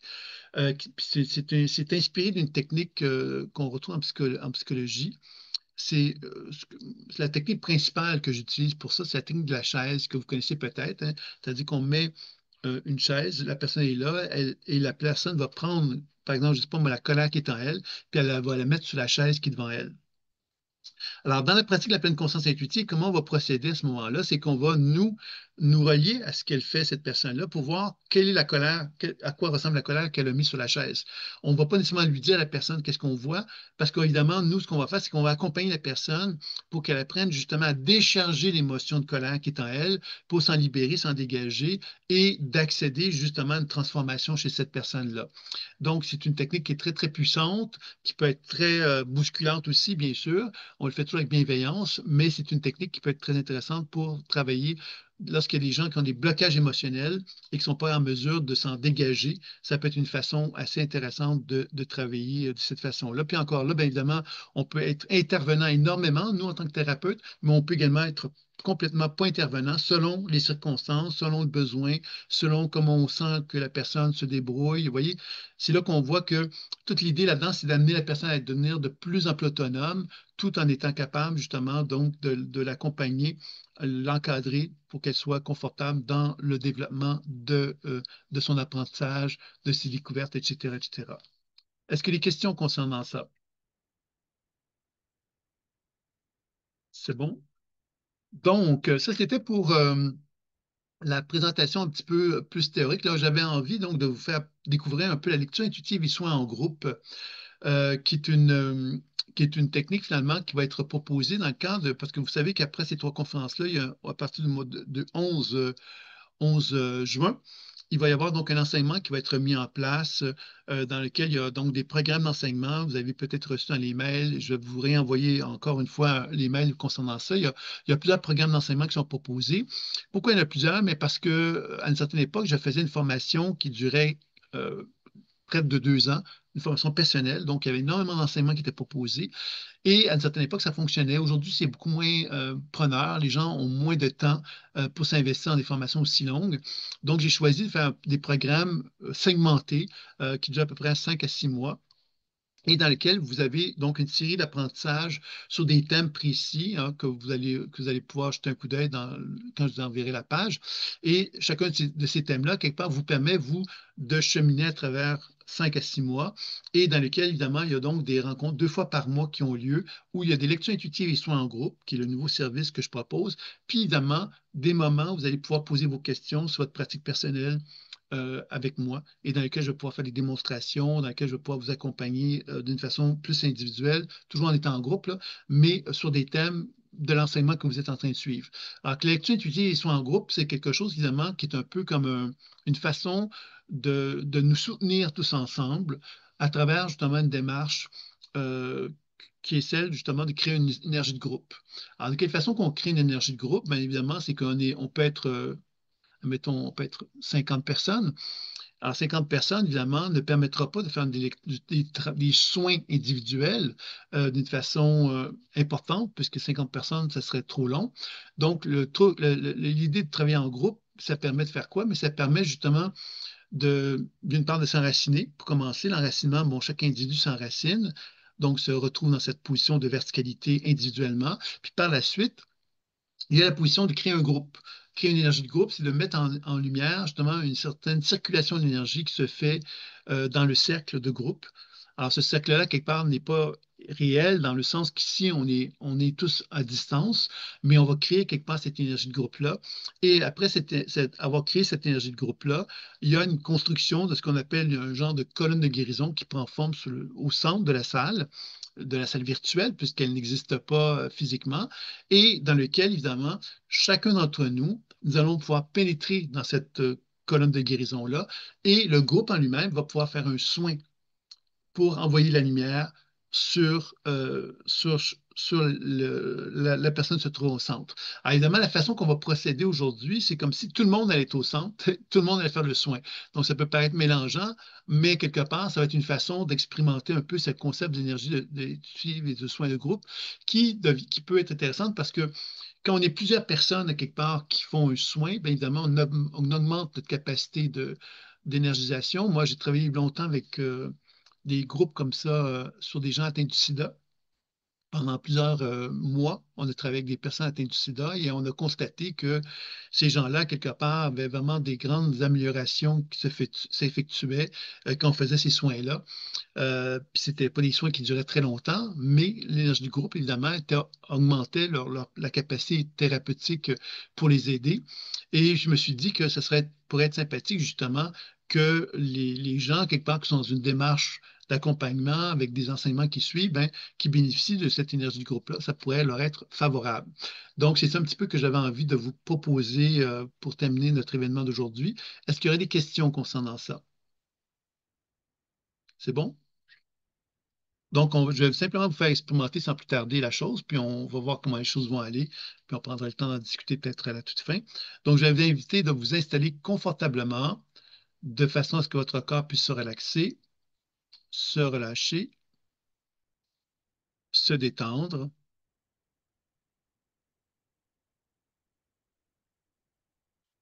Alors, si vous voulez bien, vous allez simplement fermer les yeux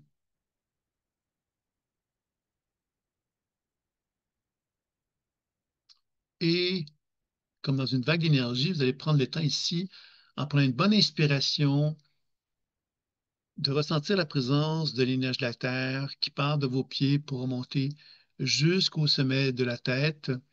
Et lorsque vous expirez, de bien ressentir, de bien voir, de bien entendre l'énergie du ciel qui part du sommet de la tête pour redescendre vers vos pieds. Alors, c'est un peu comme si en inspirant, vous faites monter l'énergie de la Terre de vos pieds jusqu'au sommet de la tête et en expirant, vous faites descendre l'énergie du ciel du sommet de la tête jusqu'à vos pieds. Et dans ce moment de va-et-vient, vous suivez le rythme de votre respiration et cette propagation de l'énergie de la Terre et celle du ciel dans votre corps, comme dans un mouvement de va-et-vient, comme si cela vous berçait.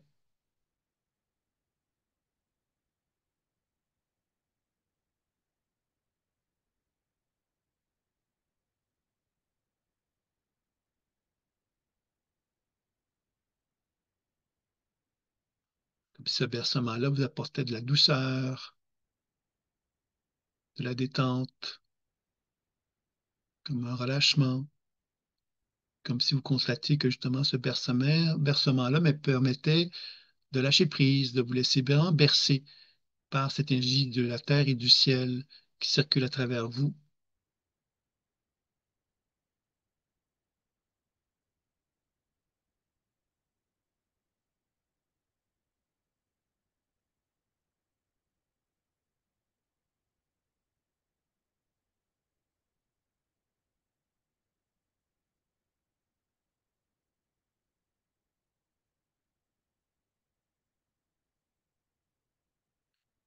Et vous allez constater que tout doucement, cette énergie de la terre et celle du ciel vont se concentrer au niveau de votre chakra du cœur, comme si vous alliez ressentir, voir, entendre un soleil rayonnant lumineux se former dans votre cœur.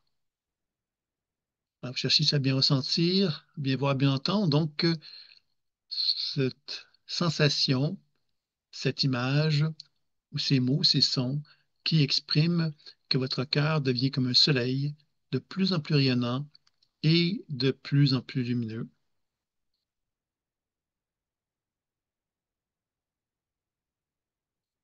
Et ce soleil rayonnant et lumineux est l'expression de cette énergie de la Terre et du ciel qui circule à travers vous et qui manifeste son désir de partager cette énergie avec les personnes présentes dans la salle d'aujourd'hui.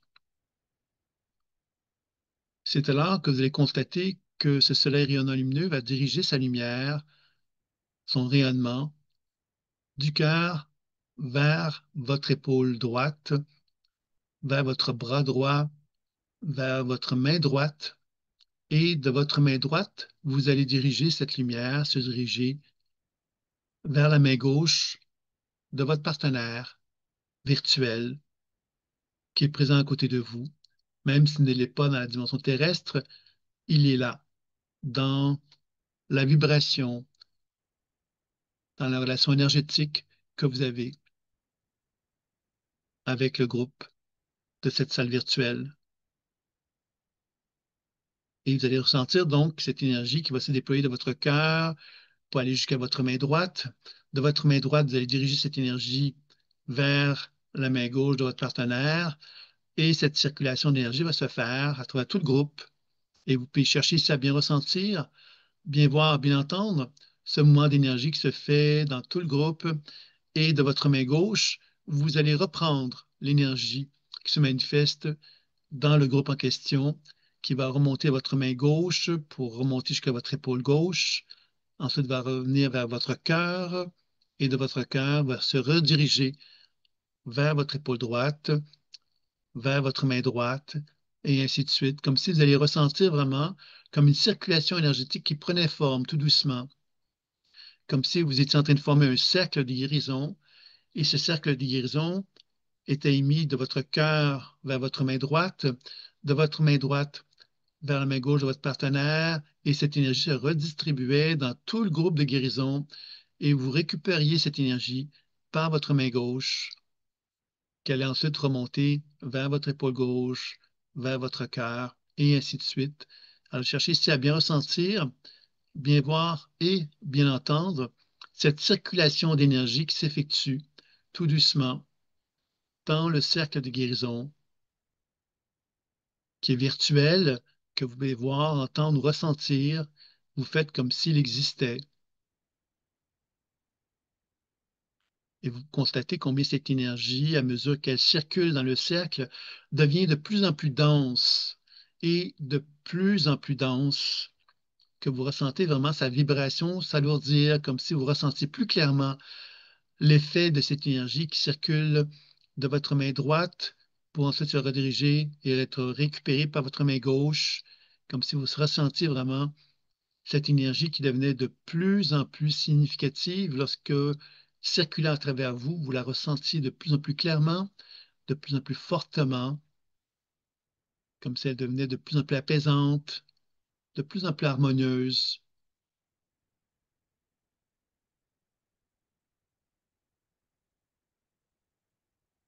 qu'à mesure qu'elle circulait dans votre cœur, ben, votre cœur devenait de plus en plus rayonnant et de plus en plus lumineux, permettant ainsi encore plus d'énergie à s'exprimer de votre cœur vers votre main droite.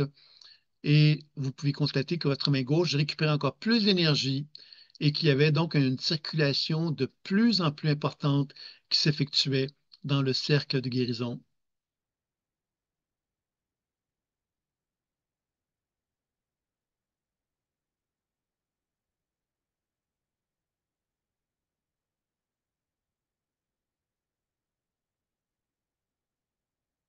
Et que ce mouvement, bien évidemment, vous pouvez ressentir qu'il avait une incidence sur tout votre corps, puisque ce cercle de guérison venait se répandre dans votre corps et vous ressentiez toute l'incidence que cela pouvait provoquer en vous, comme si ça venait comme équilibrer tout votre être, de vos pieds jusqu'au sommet de votre tête.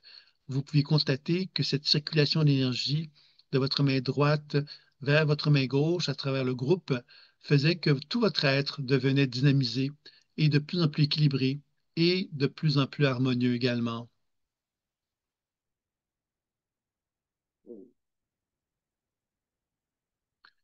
Et qu'à mesure que ce dynamisme prenait forme dans toute l'énergie du groupe, vous pouviez ressentir effectivement qu'il se formait comme un genre de plafond énergétique qui reliait chacune des personnes présentes dans cette salle virtuelle, comme s'il y avait une énergie qui circulait de votre main droite vers la main gauche de votre partenaire et ainsi de suite jusqu'à votre main gauche qui récupérait l'énergie pour la rediriger. Et en plus, vous aviez le sentiment que de votre sommet de la tête, il y avait comme un genre de connexion qui s'effectuait entre vous et toutes les personnes participantes présentement, comme s'il y avait vraiment une connexion qui prenait forme, comme une impression que vous étiez tous unis les uns avec les autres et qu'il y avait comme une énergie qui prenait forme de plus en plus clairement de plus en plus nettement, de plus en plus puissamment, comme s'il y avait une énergie de groupe qui se manifestait et qui faisait que chacune des personnes participantes émettait une lumière très intense de son sommet de la tête jusqu'au centre de la pièce, comme si chacune des personnes avait émis une lumière qui se concentrait au sommet, au centre de la pièce, et que de ce centre de la pièce était émis une énergie, comme une genre de colonne d'énergie qui se construisait, qui s'effectuait au centre de la pièce. Donc, vous êtes tous autour de cette énergie de couloir de lumière qui prend forme, comme s'il y avait une forte lumière qui prenait forme au centre de la pièce,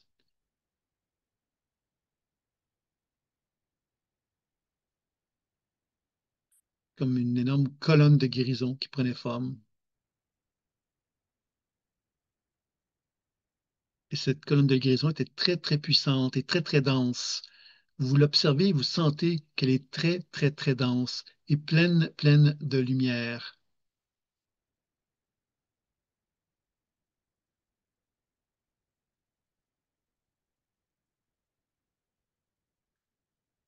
Et vous allez accepter justement que devant cette densité lumineuse, vous allez reconnaître qu'il y a une facette de vous qui ressent le besoin d'être soignée par cette colonne de lumière. Vous allez mettre une intention de vous faire soigner une facette de vous, quelle que soit la dimension sur laquelle vous aimeriez qu'un soin puisse s'opérer. Vous allez exprimer par votre intention votre désir qu'il y ait un soin qui soit fait dans cette colonne de guérison. Et vous allez simplement émettre cette intention à la colonne de guérison qui va la recevoir.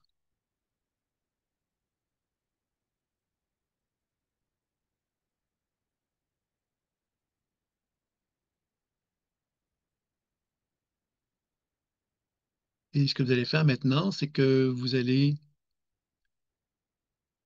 maintenant que vous avez reconnu l'intention que vous aimeriez avoir comme soin, vous allez déplacer vos deux mains juste au-dessus de votre cœur afin de lui faire part justement que vous souhaitez créer une lumière très rayonnante et très, très, très lumineuse qui va prendre forme au niveau de vos deux mains. Cette énergie que vous allez créer quelque part va refléter toutes les intentions, tous les besoins, toutes les nécessités que ce sur quoi vous souhaitez effectuer le soin va créer. Vous allez créer tout ce qui est nécessaire pour soigner cette énergie.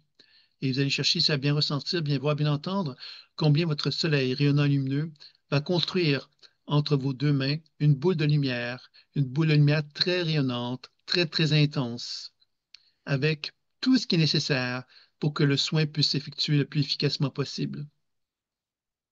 Et vous allez chercher à construire cette boule de lumière d'une façon de plus en plus rayonnante, de plus en plus dense, de plus en plus claire. Vous pouvez la voir, de plus en plus au niveau de votre ressenti, vous pouvez ressentir sa présence. Vous pouvez également entendre son son, les mots qui peuvent s'exprimer de cette boule de lumière que vous êtes en train de construire. Et vous la construisez, cette boule de lumière, avec la plus grande bienveillance afin que le soin que vous effectuez puisse le plus être en harmonie avec vous-même et en harmonie avec toutes les intentions qui se retrouvent dans cette colonne de guérison que chacun de nous avons émis dans celle-ci. Et on va simplement demander à cette boule de lumière de construire justement une boule de lumière qui soit en harmonie avec toutes les demandes et tous les besoins de chacun des participants qui sont présents ici.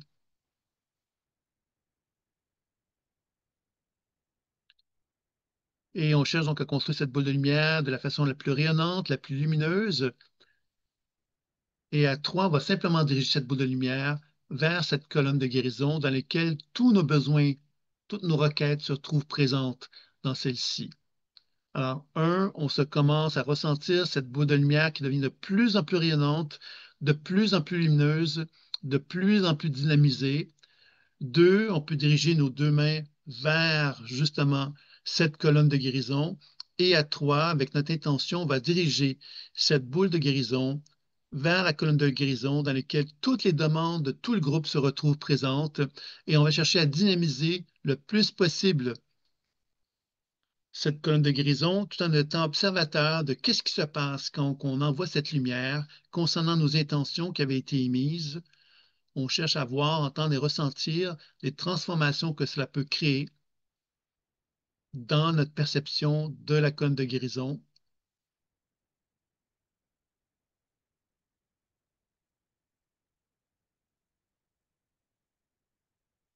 C'est alors qu'on peut voir donc des transformations prendre forme, que ce soit au niveau des images, des sensations et des mots. On peut également constater que ça peut avoir provoqué en nous des réactions, des ressentis, un sentiment de bien-être, d'équilibre, d'harmonie qui a pu prendre forme. On est simplement attentif à ce qui est présent.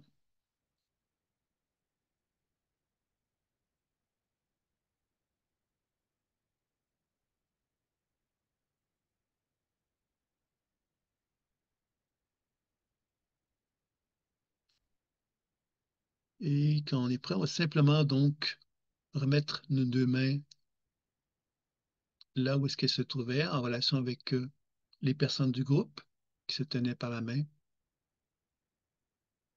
Et on va simplement prendre le temps ici d'accueillir ce qu'on perçoit de cette colonne de guérison. Quel est le nouvel état que l'on peut voir, entendre et ressentir qui est en nous? Quels sont les changements qu'on a pu expérimenter dans notre corps, qu'on a pu expérimenter également dans cette colonne de guérison? Qu'est-ce que cela a changé en nous? Qu'est-ce que cela a provoqué en nous comme transformation, comme changement à l'intérieur de soi?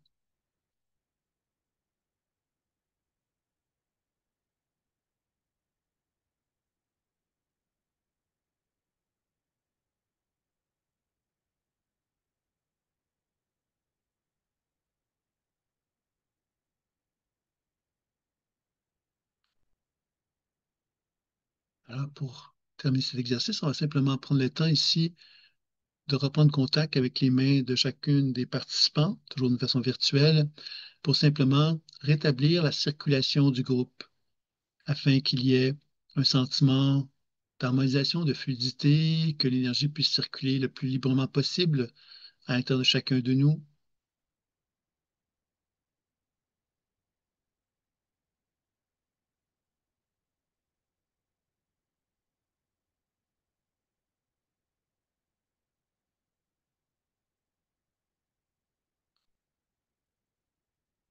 Et quand on s'en sentira prêt, on va simplement remercier le processus intuitif qui était présent tout au long de cet exercice, remercier au groupe d'avoir bien voulu participer, tout en reconnaissant que ce groupe, maintenant qu'il s'est créé, ben, il peut être, on peut faire appel à lui à tout moment et à tout instant, comme s'il était devenu comme une énergie d'égrégore, une énergie qui était omniprésente maintenant et avec laquelle nous pouvions collaborer au besoin.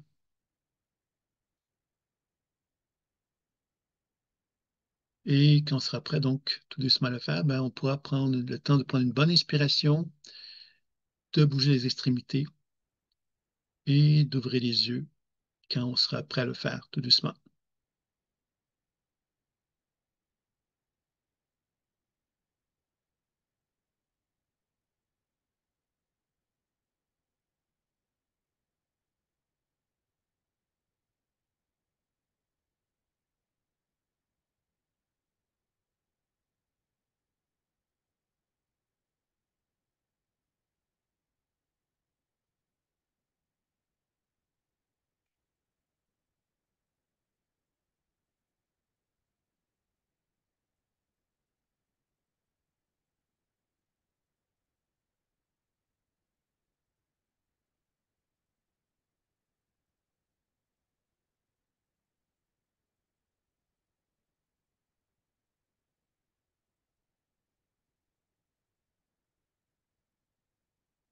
Quand vous allez être prêt, ben, vous pouvez tout doucement donc revenir à vous. Et s'il y a des questions, des interrogations, vous pouvez le faire part soit par le chat ou encore par le micro avec lequel vous pouvez communiquer avec moi directement.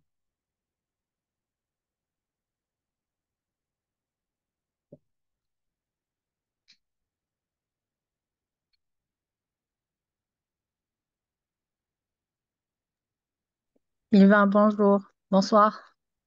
Oui, bonsoir. Pour ma part, J'ai vu une boule de lumière se former entre mes mains, au-dessus de Mhm, mon cou. Une boule de lumière violette très forte, mhm. mais que bizarrement, elle tendait, elle voulait fuir vers la gauche et comme si je ne voyais pas cette boule avec mon œil droit. Je la voyais juste avec mon œil gauche. Et il y avait des parties de cette boule qui fouillaient au départ vers la gauche, vers le haut. Est-ce que ça a une signification en- pour vous dire aussi, j'ai fait un effort pour la recentrer avant de l'envoyer vers la lumière du groupe. Mhm. Euh, mais une fois que je l'ai envoyée, je la voyais plus. Elle a disparu et j'ai vu une montagne se former et tout autour des nuages et beaucoup de vent. J'ai entendu un souffle de vent très fort dans mes oreilles. Donc, comme si cette boule, elle a disparu quelque part dans une tornade. Euh, donc voilà, je ne sais pas si ça a une signification de cette tendance d'aller vers la gauche, de fuir et puis de disparaître une fois envoyé.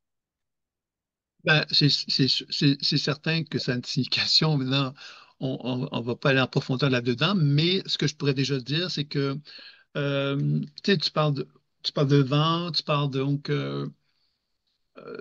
tu sais, c'est un peu comme le sentiment de dire à quoi ça sert. À quoi ça sert, par exemple, de diriger, parce que l'idée de diriger, c'était la volonté, hein. C'est-à-dire, moi, je prends une lumière et je la dirige. Ça, c'est une volonté. J'ai la volonté de diriger la lumière dans donc une lumière qui est au centre du groupe. C'est une volonté.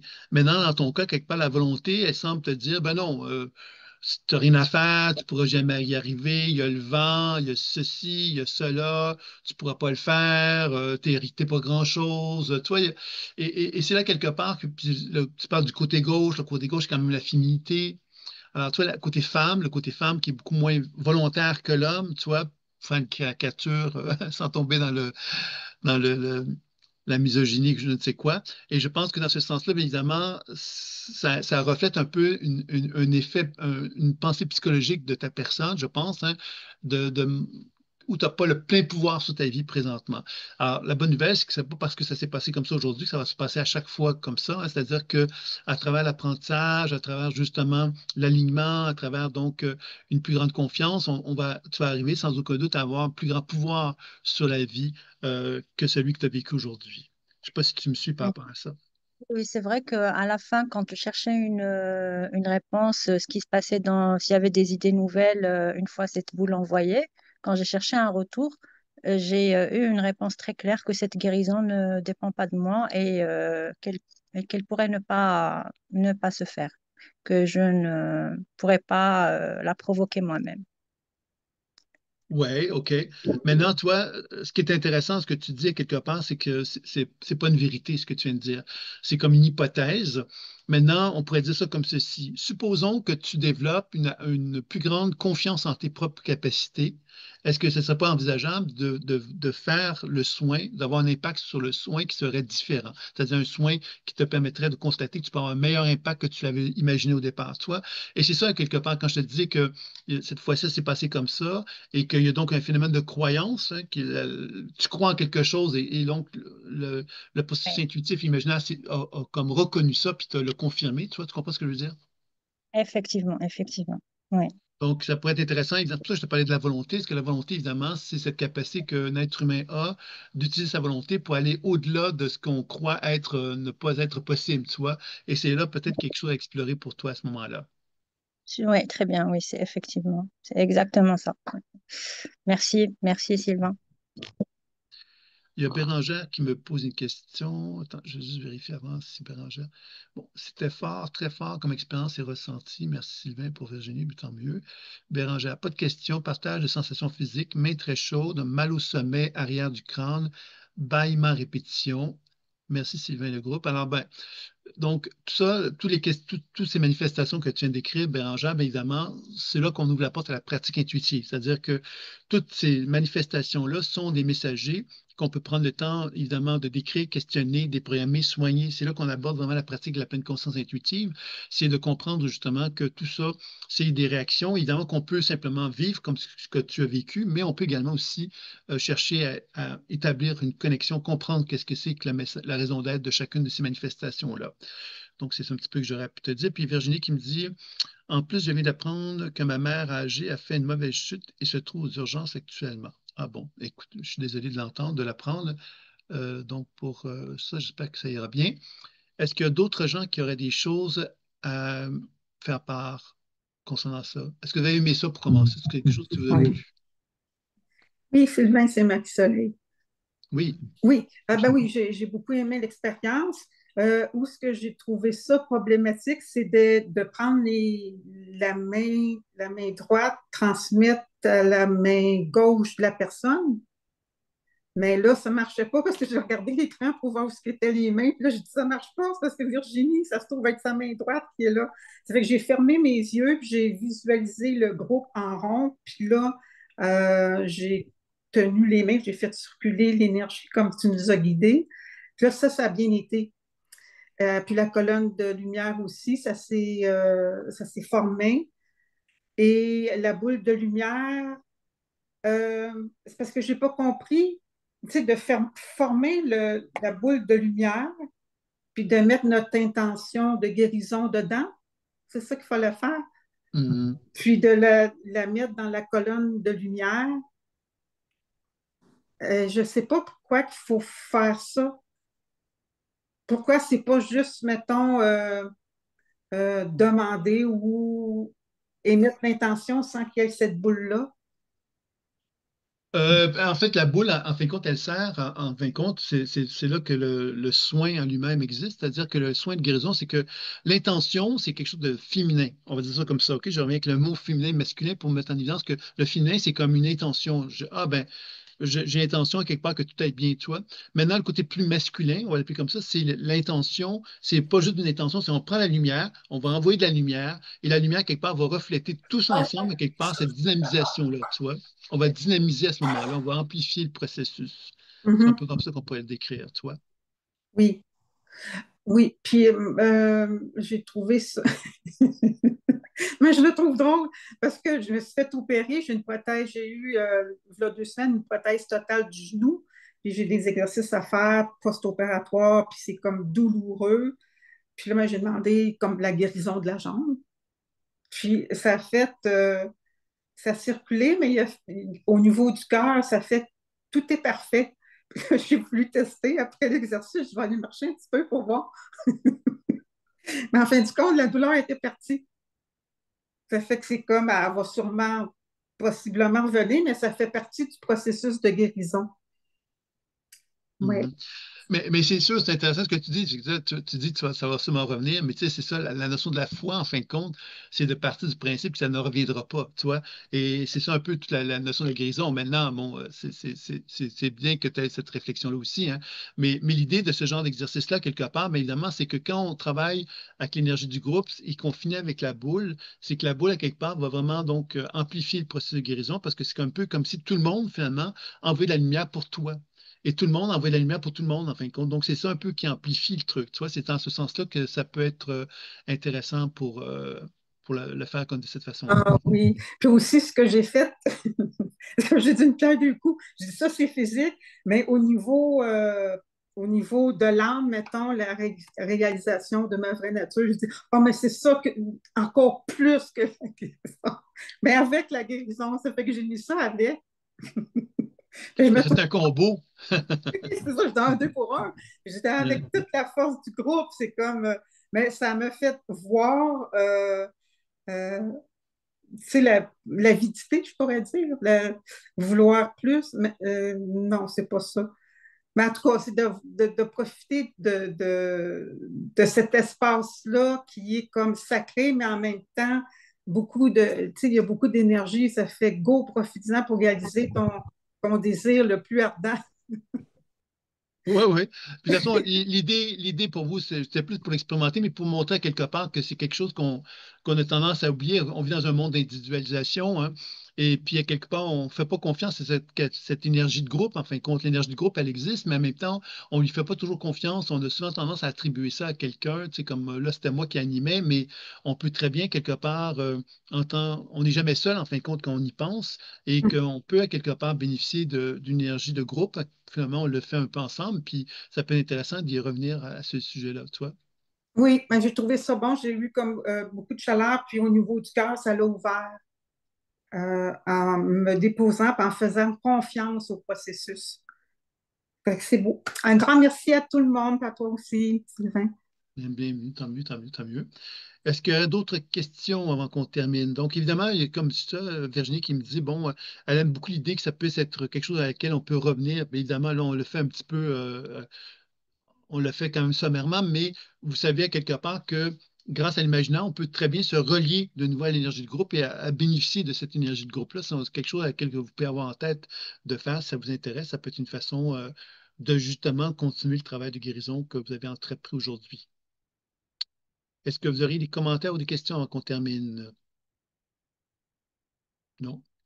Donc, je vais terminer simplement en vous disant que pour ceux qui seraient intéressés, il y a donc des liens d'information qui vont vous être envoyés, que vous avez déjà reçus, mais vous allez revoir de nouveau avec le replay de cette fois-ci.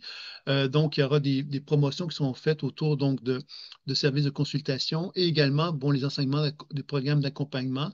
Il y a des enseignements, moi je vais venir en France et puis au Québec au mois d'août, au Québec et au mois de septembre, octobre, non, novembre, excusez-moi, novembre en France. Et il y aura donc des journées d'enseignement qui vont être faites en présentiel, puis je vais inclure ces journées-là pour ceux qui ont fait qui vont prendre des programmes d'accompagnement. Vous aurez à ce moment-là gratuitement une journée de votre choix. Il y a 3 journées qui vont être données en Bretagne, à Nantes, et une autre à Rennes, 2 journées à Nantes et une journée à Rennes. Puis au Québec, ça sera sans doute, bon, je ne suis pas encore arrêté, mais ça sera peut-être à Montréal.